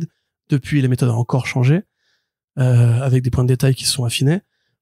Et du coup, est-ce que la MPTP a bien voulu, parce que maintenant ils ont tous une plateforme de streaming, je veux dire Paramount+, Paramount+, Disney à Disney+, etc., etc. Est-ce que les grands studios ont bien voulu donner les chiffres du streaming, Arnaud? Non. Voilà. Donc évidemment, ça ne va pas évoluer. Ce qu'ils ont dit, c'est on va communiquer une partie des données à la MPTP, à la Writers Guild of America et uniquement à eux, sous couvert de contrats d'exclusivité pour la non-divulgation de ces droits, enfin NDA, général, voilà. Ce qui signifie qu'on ne sait même pas s'ils pourront le partager avec tous leurs membres. Ouais. C'est quand même déjà assez grave. Et ensuite, évidemment, c'est pas les chiffres de l'audimat, c'est encore une fois le chiffre des heures vues. Mais a priori, le chiffre complet des heures vues. Sauf que, voilà, ça résout pas le problème. Ils disent, on fait ça, et en échange, proposez-nous de nouvelles solutions pour calculer les parts d'intéressement. Et en fait, si tu lis la première proposition de la Guilde des scénaristes, il y a une proposition pour ça, qui est donner les chiffres de l'audimat. Ouais, non, mais ça. C'est aussi bête que ça. Après, ils le font pour plein de raisons. C'est que s'ils montraient les chiffres de l'audimat, je sais pas, d'une série comme, j'ai pas d'exemple de série Netflix annulée très récemment, mais, il y a certainement plein de séries Netflix qui marchaient bien, mais qui ont été annulées parce que elles marchaient pas pour ce que Netflix comptait en faire, par exemple. Puis il y a quelque chose de très pragmatique. Après, ça pourrait très bien être simplement communiqué en interne par les business plutôt que publiquement, parce que le public n'a pas forcément,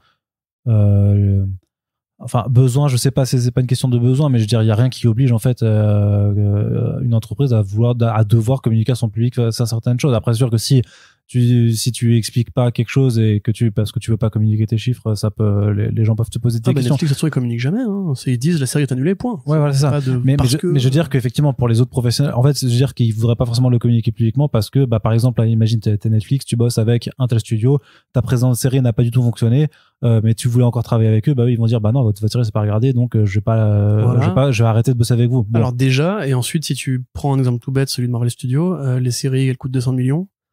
Les actionnaires, eux, ils sont au courant des budgets de prod, hein, évidemment, parce que c'est dans les quarterly earning calls. En tout cas, ils voient ce que Disney a dépensé pour les créations originales dans ces moments-là. Si tu prends Secret Invasion, par exemple, je suis pas sûr que Disney Plus a envie de révéler l'audimat. Parce que vu ce que ça leur a coûté, ce que ça leur a rapporté, évidemment, les patrons de studio, ils sont pas cons, ils se protègent entre eux.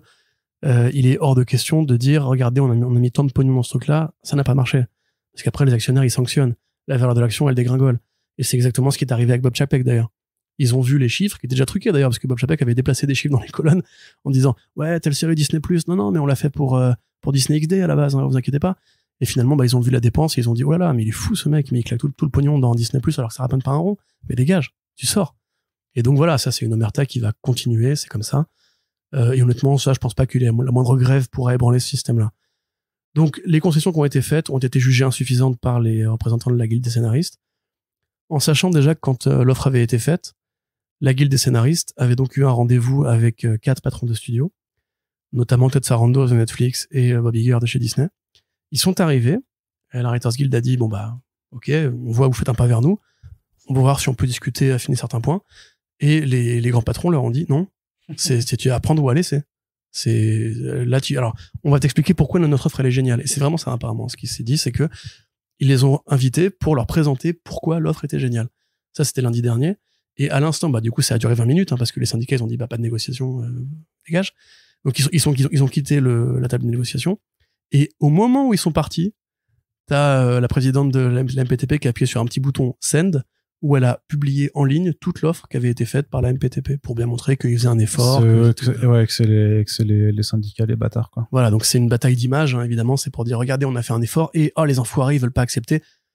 Appliquez ça au champ politique que vous voulez, mais c'est très fréquent. Enfin, évidemment que le but, c'est juste que le syndicat perde la guerre de l'image auprès de ses adhérents. Que les adhérents se disent, ah mais oui, mais ce progrès-là, il était sympa, ce qu'il nous propose la MPTP, c'est pas mal, en fait. Donc peut-être que moi, je vais pas voter pour la reconduction de la grève. Et c'est aussi bête que ça. Donc évidemment, les principaux leaders syndicaux sont extrêmement agacés. Et dans le même temps, une news qu'il faut que je fasse, qui est pas encore faite à l'heure actuelle, c'est que la Directors Guild of America aurait envoyé, attention quand même, parce que là c'est vraiment chargé, hein. On rappelle, la guilde des réalisateurs, elle a accepté les conditions de la MPTP, qui étaient grosso modo peu ou prou les mêmes que ce qu'a offert la MPTP aux scénaristes récemment. Donc, ils ont envoyé un mail à leurs membres pour leur dire, n'élisez pas à la tête du board, donc à la tête des délégués syndicaux, des réalisateurs qui seraient aussi scénaristes. Pour pas qu'ils puissent peser dans le débat avec la MPTP. Comme ça, tu vois, on se distance bien. Nous, les réalisateurs, on ne veut pas, on reste réalisateurs. Nous, on n'est pas mis en danger par l'IA. En tout cas, pas maintenant. On ne pense pas. Ils sont bêtes, mais ils ne pensent pas être mis en danger par l'IA. Donc, il faut bien que les réalisateurs restent bien dans leur merde, que eux, ils perdent tout leur argent. On s'en fout. Nous, on a obtenu ce qu'on voulait. Avec les auteurs. Et c'est, waouh. Enfin, ça fait vraiment très peur, je trouve. Alors après, c'est pas nouveau que les syndicats, en général, n'arrivent pas forcément toujours à se parler. Mais donc voilà où on en est. C'est le récapitulatif journal de guerre de la grève à Hollywood.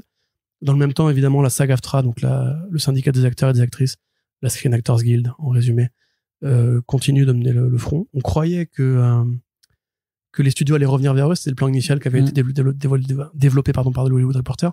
C'était qu'il fallait donner un coup de pompe en mode genre, non, on n'est pas d'accord. Mais après, ensuite, la MPTP comptait revenir vers eux pour rassurer les campagnes de promo de certains films qui auraient lieu à la rentrée, notamment Dune 2.